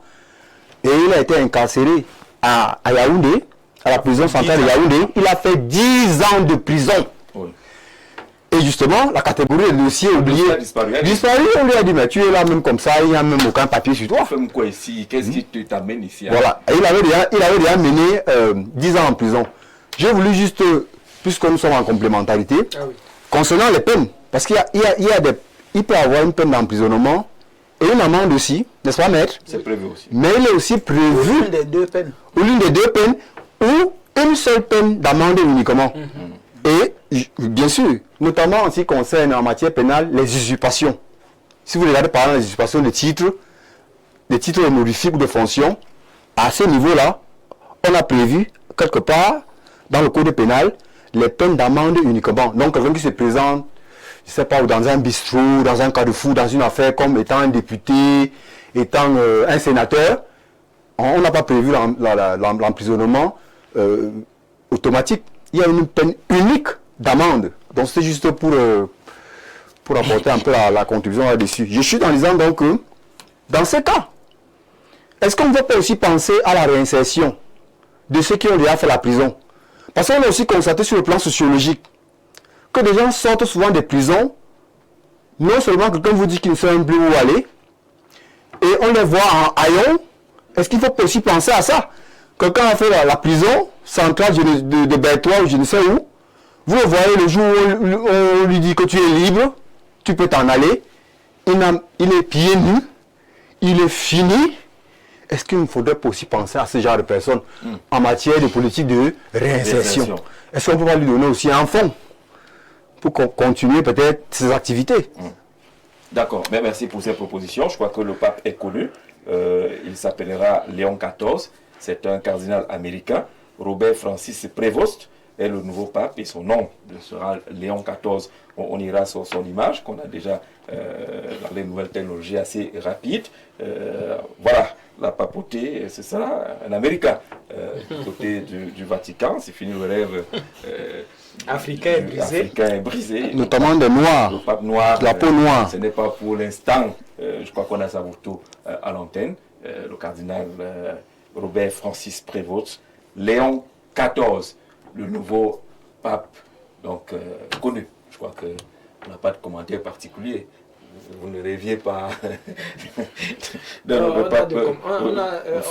on avait espéré, Jean-Jacques, que ça pouvait être l'un des nôtres. Là, on ne sait pas quoi dire, mais est-ce que ce sera pour la prochaine fois? On ne sait pas. Est-ce que l'Afrique ne mérite pas déjà aussi d'être ici, n'est-ce pas, à cette prestigieuse place? Bon. C'est vrai qu'il y a aussi les Arabes en Afrique. Les cardinaux ont décidé, ils ont choisi celui qu'ils pensent être à même, n'est-ce pas, de continuer à œuvrer pour l'Église catholique. Nous ne pouvons que nous en remettre. Léon XIV, le nouveau pape, donc, il a 69 ans. C'est un cardinal américain, Robert Francis Prévost, qui est sorti finalement derrière la fumée blanche ce 8 mai 2025. Son nom, on va s'en habituer, Léon XIV, le nouveau pape. Je crois que les services d'information vont nous proposer son portrait complet, qu'on sache s'il fait partie des modernistes, des conservateurs, des réformistes de l'Église catholique, qui a besoin de savoir quelle est la direction qui sera prise sous la conduite de Léon XIV qui a été choisi. On revient à notre programme pour faire l'avant-dernier tour de table. Bonsoir Jean-Jacques Zé. La responsabilité est partagée, principalement le gouvernement et le système judiciaire pour leur incapacité à réformer les politiques pénales, à investir dans les infrastructures et à accélérer les procès. En partie, les acteurs judiciaires, dont juges, procureurs, bien que contraints par des ressources limitées. Indirectement, il cite également les dynamiques sociopolitiques comme les crises sécuritaires qui alimentent les arrestations de masse, parce qu'il faut également dire qu'il y a beaucoup de cas qui entrent dans ce cadre d'arrestation de masse, que ce soit Boko Haram, les crises sociales et autres. Cependant, blâmer uniquement les autorités serait réducteur. Le problème est systémique, enraciné dans les contraintes historiques, infrastructures coloniales, économiques aussi, sous-financement et social, la pauvreté, des solutions comme la décriminalisation des délits mineurs, l'amélioration de l'accès à la justice et l'investissement dans les alternatives à la prison nécessite une mobilisation collective impliquant l'État, la société civile et les partenaires internationaux. En partie, pour résoudre la surpopulation carcérale au Cameroun, plusieurs solutions ont été proposées ou mises en œuvre, bien que leur application reste souvent limitée. Recruter plus de magistrats et greffiers, augmenter le nombre de salles d'audience, parce que dans les enregistrements, il n'y a pas de salle d'audience. Hein. Il faut attendre que si on est chez nous à Guimendang ou à Nguélémendouka, à Bombang soit disponible pour descendre à Nguélémendouka et voilà, organiser. Créer plus de juridictions. Voilà, création de plus. D'accord. Salle d'audience et juridiction, merci.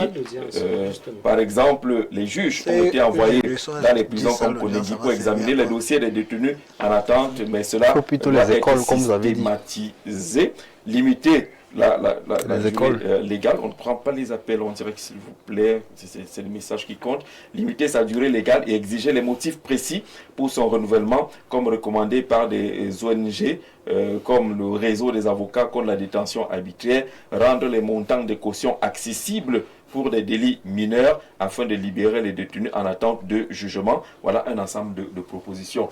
Vous en avez, vous avez commencé par appeler à ce qu'on investisse plus pour que on puisse avoir un peu plus de place et d'espace. Oui, on a beaucoup épilogué sur les différentes causes de surpopulation carcérale, mais ce qu'on a oublié, c'est la corruption. Moi, je suis un homme d'église et on a souvent dit que ceux qui rendent justice doivent se souvenir de l'orphelin et de la veuve pour les rendre justice. L'impression que j'ai, c'est que la crainte de Dieu est bannie des cœurs, y compris ceux des hommes de loi, comme les maîtres qui sont là aujourd'hui. On a vu des situations ici où des puissants écrasent, n'est-ce pas, la veuve arrache son bien sans que ça ne meuve personne. Et parfois, l'avocat même qu'on a commis, il joue double jeu, il mange à deux râteliers. On voit des situations comme ça. Ah bon, les avocats, ils font ça? Oui, c'est voilà, les maîtres sont là. Ils ne peuvent pas laver les mains comme Pilate. Votre réaction. Donc, il y a l'excellent bâtonnier Maître Charles Tchungan qui avait commis un livre là qui dit l'impossible justice au Cameroun. Je crois que vous avez lu ce livre là. Le nom est suffisamment évocateur pour dire. Un autre a dit que les prétoires de Douala sont des officines commerciales. Ça va au plus offrant. Donc quand vous avez donc une situation comme celle-là, comment vous pensez que au-delà des dérives du pouvoir dont j'ai dit tantôt qu'il n'investit pas suffisamment, parce que depuis les indépendances, je ne sais pas si M. Ongwene peut nous dire combien de prisons on a construit ou modernisé. La prison de fou. Je vois souvent que parfois c'est les VIP qu'on aménage les prisons, mais ceux-là qui sont au Kosovo, transformer le CED en prison. Ceux qui sont au Kosovo, leur situation ne change pas. Les gens sont là sous la pluie, sous le soleil, ils n'ont même pas de... Ils dorment à tour de rôle. Vous dormez 1 heure, allez-vous vous lever, vous cédez la place à quelqu'un d'autre. Donc j'ai dit, il faut que ceux qui rendent justice aient d'abord la crainte de Dieu. C'est très important. Et j'ai vu, il y a quelques années, dans une ville du Cameroun qui n'est pas loin d'ici, en une seule année, 2 magistrats sont morts sur la route. Non, pas sur la route, sur la même juridiction. On ne peut pas dire que c'est le hasard. Parce que vous rendez justice. Vous rendez justice à l'espace de quelques mois. C'est parce qu'ils ont resté juste la loi. Le tombeau du pharaon égyptien, ils sont morts. Il y en a qui tous les appellent dans leur bureau. Oui, voilà. Il y a les gens qui vous disent, si vous m'avez dépassé le jour, la nuit, vous ne me dépasserez pas. Donc il y a des situations, il faut rendre justice vraiment à l'orphelin et à la veuve. Que les puissants cessent d'écraser les pauvres et que vous les avocats... Parce qu'il y en a qui vous ramassent là, je te mets en prison et vous allez descendre. Allez, vraiment, vous ne savez même pas comment vous faites pour vous retrouver là-bas. Vous êtes là-bas. Il y a des maires qu'on a ramassés, on a menés en prison et après on vous dit qu'on est en train de refaire le dossier. On ne sait même pas exactement quel est le contenu du dossier. On vous arrête d'abord on vous défait et puis on commence à monter chercher les preuves. Le dossier. Donc, bonsoir Jean-Jacques Zé, et à ton panel, je trouve que le monsieur du RDPC qui va prendre la parole maintenant est venu vous mettre hors sujet en vous amenant dans un faux débat comme ils ont l'habitude pour justifier l'échec en matière de construction. Vous-même, lorsqu'on parle des prisons construites pour moins de 1000 personnes et qu'on se retrouve à 8000, est-ce qu'on est encore humain? Quand les êtres humains dorment debout ou couchés, même le sol nu, c'est toujours la faute des avocats, des magistrats, etc. Alors que ceux qui pillent les caisses de l'État ont des fermes qui sont plus propres que la prison de Konengi. Bonne émission, Anissé de Ngousso, qui peut faire la fuite en avant, construisez les prisons. C'est ce qu'Antoine vous l'a dit. Bon, Jean-Jacques, je pense que si on se met à faire la typologie des causes de la surcarcération au Cameroun, on risquerait de passer la journée parce que les causes sont multiples. Il y a une farandole de causes en réalité. Et parmi ces causes, il faut relever qu'il y a justement ces lenteurs administratives. Il y a les lenteurs administratives. Et puis, il y a ce phénomène. Bon, je ne sais pas, je ne peux que le dire au conditionnel, puisque je n'ai jamais été ni victime, ni associé. Cette cause de la corruption, qui est là, je ne peux pas dire qu'un magistrat est un vénal. Ça, ce n'est pas possible, ou qu'un avocat l'est. Mais je dis juste qu'il y a beaucoup de plaintes qui ressortent du fait de la corruption. C'est-à-dire que ça peut être un facteur gênant. En tout cas, les classements réguliers des institutions telles que Transparency et autres mettent toujours le corps judiciaire parmi les 4 corps les plus corrompus au Cameroun. Oui, parmi les 4 corps les plus corrompus au Cameroun. Alors, on doit dire la justice. Je pense donc qu'il faudrait davantage que l'on rapproche la justice de la liberté. Lorsqu'on comprendra très vite qu'il faut humaniser les procédures, il faut humaniser les sanctions, il faut humaniser les décisions de justice, et il faut humaniser les procédures qui y sont pour comprendre que si ça peut être lu aujourd'hui, puisque tout le monde est justiciable, nul n'est au-dessus des lois, et on peut enfreindre la loi à tous les niveaux de responsabilité. Même quand on est un magistrat, on peut enfreindre la loi. Alors, il faudrait donc qu'on sache que les sanctions qu'on peut infliger à octroyer aujourd'hui peuvent nous être infligées demain. La prison où on peut envoyer quelqu'un aujourd'hui, nous-mêmes on peut se retrouver là-bas. Il parle tout à l'heure des membres du gouvernement qui vont de l'argent. Je pense que de mémoire d'homme, nous savons tous qu'il y a plusieurs membres du gouvernement qui aujourd'hui se retrouvent incarcérés. Et c'est gênant, même si on a aménagé... Ils ont des VIP. Bon, je ne sais pas ce que vous appelez VIP, lorsqu'on est dans un environnement, mais je sais néanmoins qu'on se retrouve quand même en prison. Le lieu en question s'appelle prison. Et lorsque le lieu s'appelle prison, nous devons tout faire. Lorsqu'on est libre de rapprocher la justice de la liberté, c'est-à-dire que mettre en place des mécanismes qui permettent de viabiliser à la fois les espaces d'accueil, mais également les procédures de mise en détention, que ce soit en détention provisoire ou en détention définitive.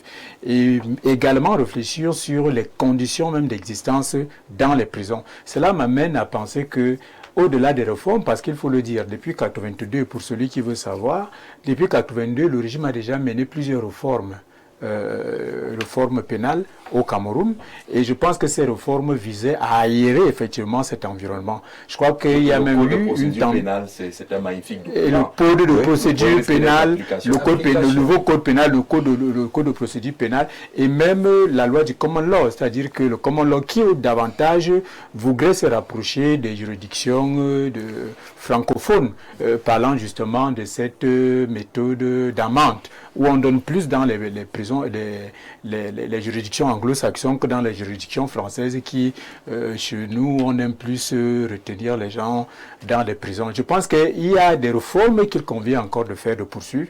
Il faut poursuivre les réformes, il faut intégrer les nouveaux paramètres, les nouveaux paradigmes de gestion des prisons. En intégrant les nouveaux paradigmes de gestion des prisons, il m'a été donné de travailler un peu sur les prisons ailleurs. C'est-à-dire que j'ai fait quelques études et j'ai constaté que les prisons modernes et très jolies dont on parle aujourd'hui ne sont pas souvent les prisons toujours construites par l'État. C'est-à-dire qu'il faut faire des prisons comme on a fait avec l'école au Cameroun. C'est-à-dire qu'il faut libéraliser. Il faut construire des prisons privées. J'ai un peu d'argent, je construis la prison. Il faut construire la prison, vous signez un partenariat avec l'État et puis on trouve un mécanisme pour que on garde plutôt les gens dans votre prison plutôt que de les garder. Ça devient le choix du condamné qui, en fonction des moyens dont il dispose, peut arriver à être dans telle ou telle autre prison, mais on conserve le principe qui est la privation de liberté. On conserve tout cela. Ce sont des solutions. Pas des prisons trop luxueuses. C'est pas moi qui Même si la prison est luxueuse, je vous ai dit, la vocation de la prison n'est pas la destruction de l'homme, n'est pas la déshumanisation. L'idée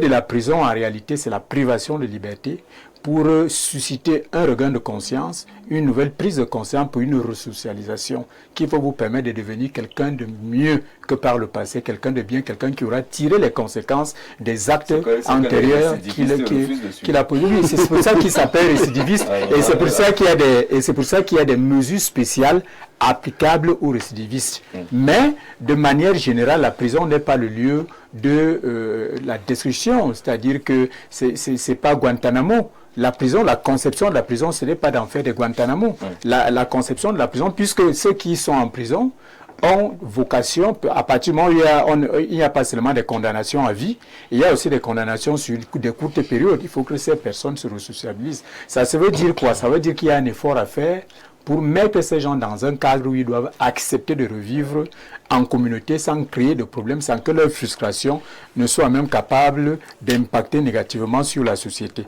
Donc je pense qu'on peut tendre vers là si l'État n'aura pas eu assez de moyens pour construire des prisons, pour les élargir, les cadres de détention. On peut faire appel au secteur privé. Comme on construit les universités privées, comme on construit les hôpitaux privés, les écoles privées, les morgues privées. Il faut également envisager, il faut également envisager cela avec les prisons aujourd'hui, mais en mettant en place un cadre normatif qui effectivement va éviter certaines dérives. Je pense qu'on aura réussi à humaniser pour ces solutions, pour ces propositions. L'État veut démissionner de tout. De solutions, ce n'est pas la démission de l'État. Mais aux États-Unis, ça existe. Aux États-Unis, ça existe. Au Mexique, ça existe. Pourquoi vous parlez de l'État comme étant l'apanage du Cameroun? Comparé avec des Emmanuel n'est pas d'accord. L'État doit faire son travail. Mais les pays aussi riches ont les mêmes mots que tous les humains. Prison égale prison. Prisonnier, c'est prisonnier. Alors, il y a un aspect, maître, et cela vous concerne. Bonsoir à vous et à votre panel. S'il vous plaît, est-ce que les avocats sur le plateau, il y a l'expert criminel et l'avocat, il y a l'expert criminel et l'avocat, est-ce qu'ils peuvent nous édifier sur la notion de contrainte par corps? Parce que beaucoup de prisonniers ont déjà purgé leur peine d'emprisonnement, mais ils sont encore, à cause justement de cette CPC, la contrainte par corps, qui maintient beaucoup aujourd'hui. Lorsqu'on est censé sortir et qu'on est bloqué là-bas. Alors, Jean-Jacques, je disais maintenant qu'il nécessairement, il faut qu'on converge vers un juge de l'exécution des peines. Parce que si on est un juge de l'exécution des peines, il va pouvoir régler tout ça. Si quelqu'un a fini de purger sa peine, il n'y a pas de raison à ce qu'il continue à rester en prison. Bon, parfois, il y a des... Vous savez, tout le monde n'a pas des mais c'est lié à quoi la contrainte par corps? Non, généralement, voilà ce qui se passe très souvent. D'une part, il peut arriver que vous êtes condamné à une peine d'amende et aux dépenses. Les dépenses, ce sont les frais que la procédure a générés. Et les dépenses, de même que les amendes, bénéficient à l'État. C'est pour ça que lorsque vous êtes condamné, vous devez les payer. La loi dit que vous devez payer immédiatement. Sinon, on va vous décerner un mandat contre vous. Si vous ne payez pas, si même le jour qu'on vient vous arrêter, vous payez, on vous laisse partir. Mais si vous ne payez pas, il y a toujours, le juge prend toujours la peine de prévoir, n'est-ce pas, une durée correspondante pour que si vous ne payez pas, vous serez incarcéré pendant cette durée. Donc c'est ce qui arrive souvent. De l'autre côté, aussi, il y a ce qu'on appelle les condamnations au profit de la partie civile, dont les dommages et intérêts généralement. Il peut arriver que vous avez, à la suite d'une infraction, il y a une condamnation au principal, mais maintenant, il y a les dommages et intérêts que vous devez payer pour réparer le tort que vous avez causé à la victime de l'infraction. On peut, par exemple, dire que vous devez le payer 5 millions. Si vous ne payez pas, les 5 millions. Généralement, on prend la décision, on sert le commandement et puis vous devez payer. Si vous ne payez pas, on peut rentrer au niveau, n'est-ce pas, du parquet ou du siège très souvent pour obtenir, n'est-ce pas, un mandat d'incarcération pour non-paiement, n'est-ce pas, de ces dommages et intérêts-là. Donc, c'est très souvent ce qui se passe. Donc, il y a quand même beaucoup de personnes aujourd'hui qui sont gardées dans les prisons parce qu'ils n'ont pas payé. On voit soit les hommes politiques. Les élections arrivent, hein, vraiment, donner la liste des gens qui sont encore détenus parce qu'ils n'ont pas payé les contraintes par corps. Je connais les hommes politiques qui vont souvent faire le show, mais le plus important, c'est que nos frères retrouvent souvent la liberté. Jean-Jacques, je voulais demander à l'avocat, est-ce qu'il n'y a pas une dimension sociale au niveau de la justice, qu'il y a des indigents qui n'ont pas moyen de payer, n'est-ce pas, ces contrôles par corps. L'État n'a pas prévu une provision pour régler le problème de ces gens-là. Jusqu'ici, je n'ai pas connaissance, n'est-ce pas, de tels aménagements. Non, le législateur... En revanche, il y a quelqu'un qui parlait maintenant des gens qui ont été peut-être détenus pour rien, ils ont été incarcérés. Après, on se rend compte qu'ils n'ont rien à faire. Je voudrais quand même apporter une précision que le nouveau code de procédure pénale a prévu une commission d'indemnisation qui est logée à la Cour suprême qu'on peut saisir, n'est-ce pas, lorsqu'on a été gardé à vue ou détenu de façon abusive. Donc voilà ce que je peux avoir. Oui, bon, je voulais... sur la même question, je voulais ajouter un autre aspect évoqué par les téléspectateurs qui parlent des procédures d'appel. Vous avez déjà été condamné, vous avez initié une procédure d'appel, et puis... le principe du double degré de juridiction, c'est un principe... Vous vous retrouvez là à attendre qu'on vous appelle, même les 10 ans de condamnation initiale sont déjà passés, mais vous êtes encore là-bas. En fait, Jean-Jacques, pour d'abord, sur le volet social, oui. Le législateur a quand même prévu que si une personne condamnée n'a pas moyen de payer la contrainte par corps, de payer les amendes ou les dépenses que lui a infligé au tribunal, cette personne peut, ou même le condamné peut demander au président du tribunal sous garant d'être libéré afin que ce garant prenne l'engagement sur 2 mois de venir payer. Ça, c'est prévu par la loi. C'est-à-dire qu'un individu qui est en prison, que je fais comment ici, le moyen de payer, de sortir, je paye. Il est là pour une question de contrainte par corps. La loi lui permet de demander au président de la juridiction qui a rendu la décision d'être mis en liberté sous garant. Est-ce que c'est d'être mis en liberté ou bien de suspendre l'exécution du mandat? Non, ce n'est pas ça. Non, écoute, vous savez, en communication, il y a le code. Ceux qui nous écoutent, je peux pas utiliser la même expression avant vous. D'accord, mettez l'information. Ce que je vais dire, je mets quand même, parce que celui qui pose la question demande, comme lui l'a demandé, par exemple, qu'est-ce qu'il appelle mesure sociale. Oui. Pour expliquer ça simplement, un monsieur qui est en prison, parce que la contrainte par contre, c'est que on vous retient en prison pour vous contraindre à payer une amende ou des dépenses. Oui. Maintenant, le législateur a prévu que si vous n'avez pas les moyens de les payer, vous pouvez demander au président de la juridiction qui a rendu la décision de vous faire libérer avec un garant, comme ça se passe sur le garant, mais avoir un délai de 2 mois. D'accord. Qui prennent l'engagement de venir payer ces dépenses dans un délai de 2 mois. Voilà, donc c'est la pression que vous levez maintenant. Pour les procédures d'appel. Non, pas pour les procédures d'appel. Vous devez savoir que la prison, la sanction a un effet dissuasif. On ne peut pas prévoir des mesures de sanction de la même façon. Il y en a qui seront prêts. Moi, qui seront prêts à vous dire, je peux commettre telle infraction, comme j'ai l'argent, je vais payer. Jusqu'à de nos jours, on va dans les villages, après le cacao, quelqu'un vous dit, je te tue et j'achète ton corps. Achète ton corps, oui. Vous comprenez? C'est cela que le législateur prévoit que la sanction doit aussi être en fonction de la qualité du délinquant. Et proportionnel. Voilà, et de l'impact que cette sanction peut avoir dans la société.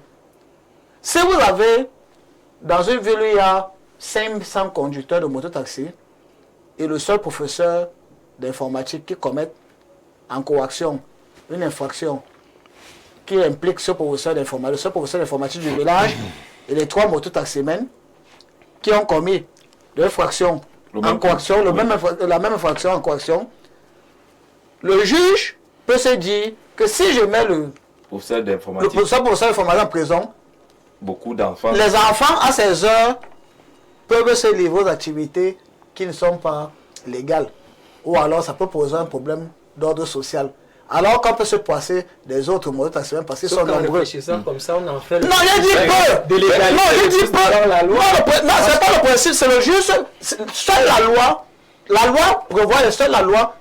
Lorsque, voilà, c'est la loi qui vous dit. Selon la loi, oui, c'est la loi qui vous dit. Dans son intime conviction, il peut estimer que conviction. Vous avez à dire, c'est la loi qui vous dit que l'impact que la sanction aura dans la société. C'est son intime conviction. Non, c'est pas l'intime. Le juge estime que l'intime conviction. Non, l'intime conviction n'est pas prévue par. Non, attendez. Non, l'intime conviction n'est pas un fait de loi ou de droit.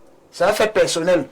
Vous comprenez? Mais la loi vous dit que... Justement, c'est comme... Non, c'est pas fait. La loi vous dit que... Moi, quelle est l'infraction? Non, quelqu'un aurait pu dire que les mototaximens sont plus utiles. Non, vous ne comprenez pas. Non, vous ne comprenez pas. Quel impact la sanction dans la société? Oui, sur la procédure d'appel. D'abord, Ramani, on a 1 minute et demie.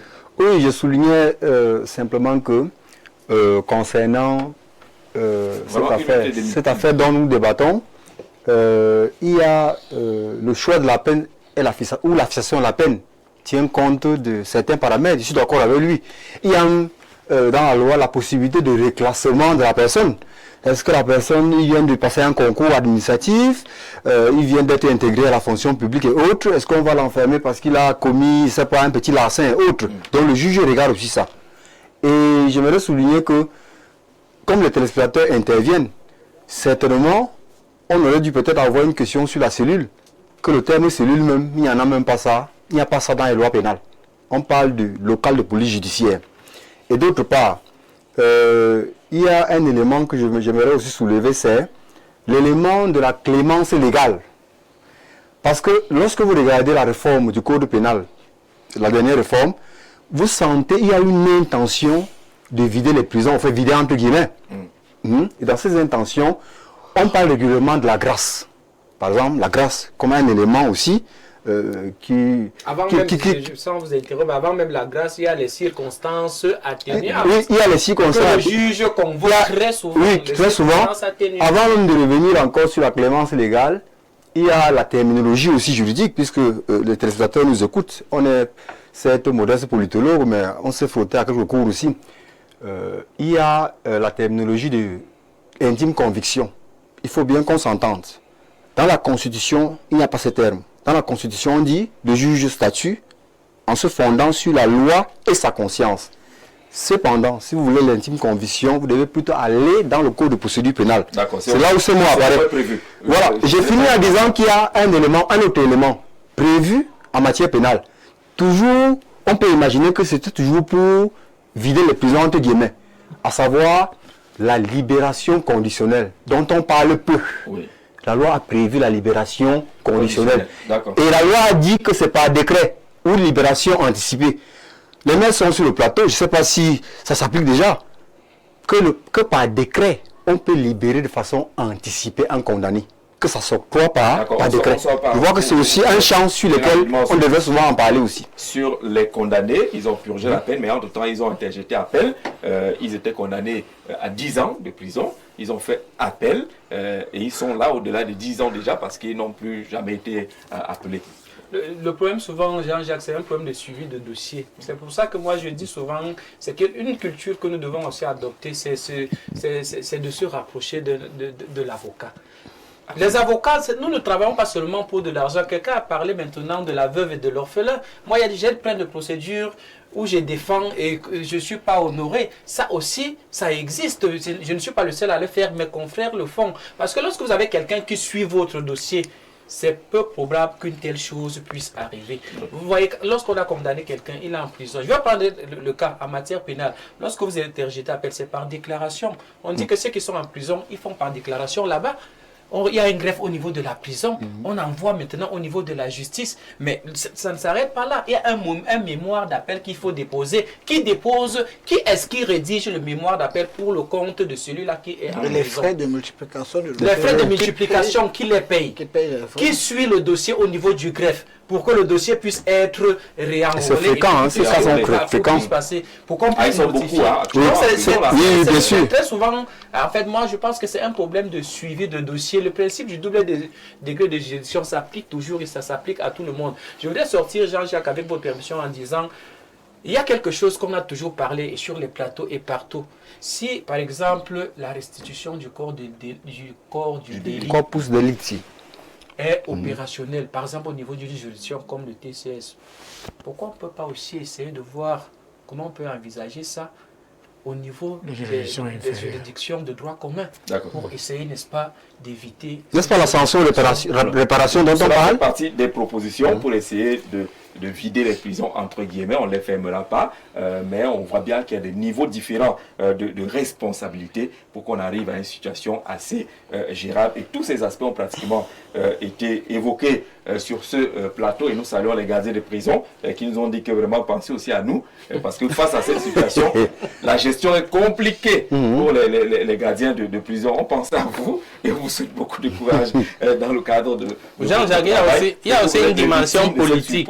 Là. Il y a une dimension politique. Oui, vous avez vu, il y a quelques semaines, au niveau de Kinshasa, à cause d'une vidéo qui a fuité sur la promiscuité qu'il y a, le politique a dû décider, n'est-ce pas, de ceux qui avaient des petits larcins, de libérer en masse pour décongestionner les prisons. Un peu la situation dans les prisons et comment on peut gérer tout cela. On vous dit merci d'avoir regardé. On n'oublie pas de vous proposer encore le visage du nouveau pape. Robert Francis Prévost, qui s'appellera Léon XIV. C'est un cardinal américain de 69 ans.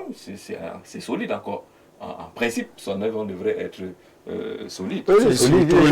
C'est surtout la solidité de sa vision à s'adapter au monde contemporain, aux exigences contemporaines qui sera plus convaincante. C'est ce qu'on va attendre. Pas son âge. Donc c'est la Bible qui doit s'adapter ou bien c'est le monde qui doit s'adapter. La mise en œuvre de la Bible doit pouvoir s'adapter au monde contemporain, au monde actuel. La Bible, elle est immuable. La Bible est temporelle. La Bible est immuable. Avec ce débat sur le pape et ce qu'on attend de ce pape-là, le temps de faire rapidement des recherches pour savoir quelle est sa véritable vision. Est-ce qu'il va s'adapter? Est-ce qu'il va rester dans les conservateurs? Est-ce qu'il est porteur d'un autre courant? De ce côté-là, on fera des programmes là-dessus. D'ailleurs, ne manquez pas de suivre tous les programmes débats sur Info TV. On dit merci d'avoir été là, vous en studio et ceux qui ont regardé à la maison. Très bonne soirée.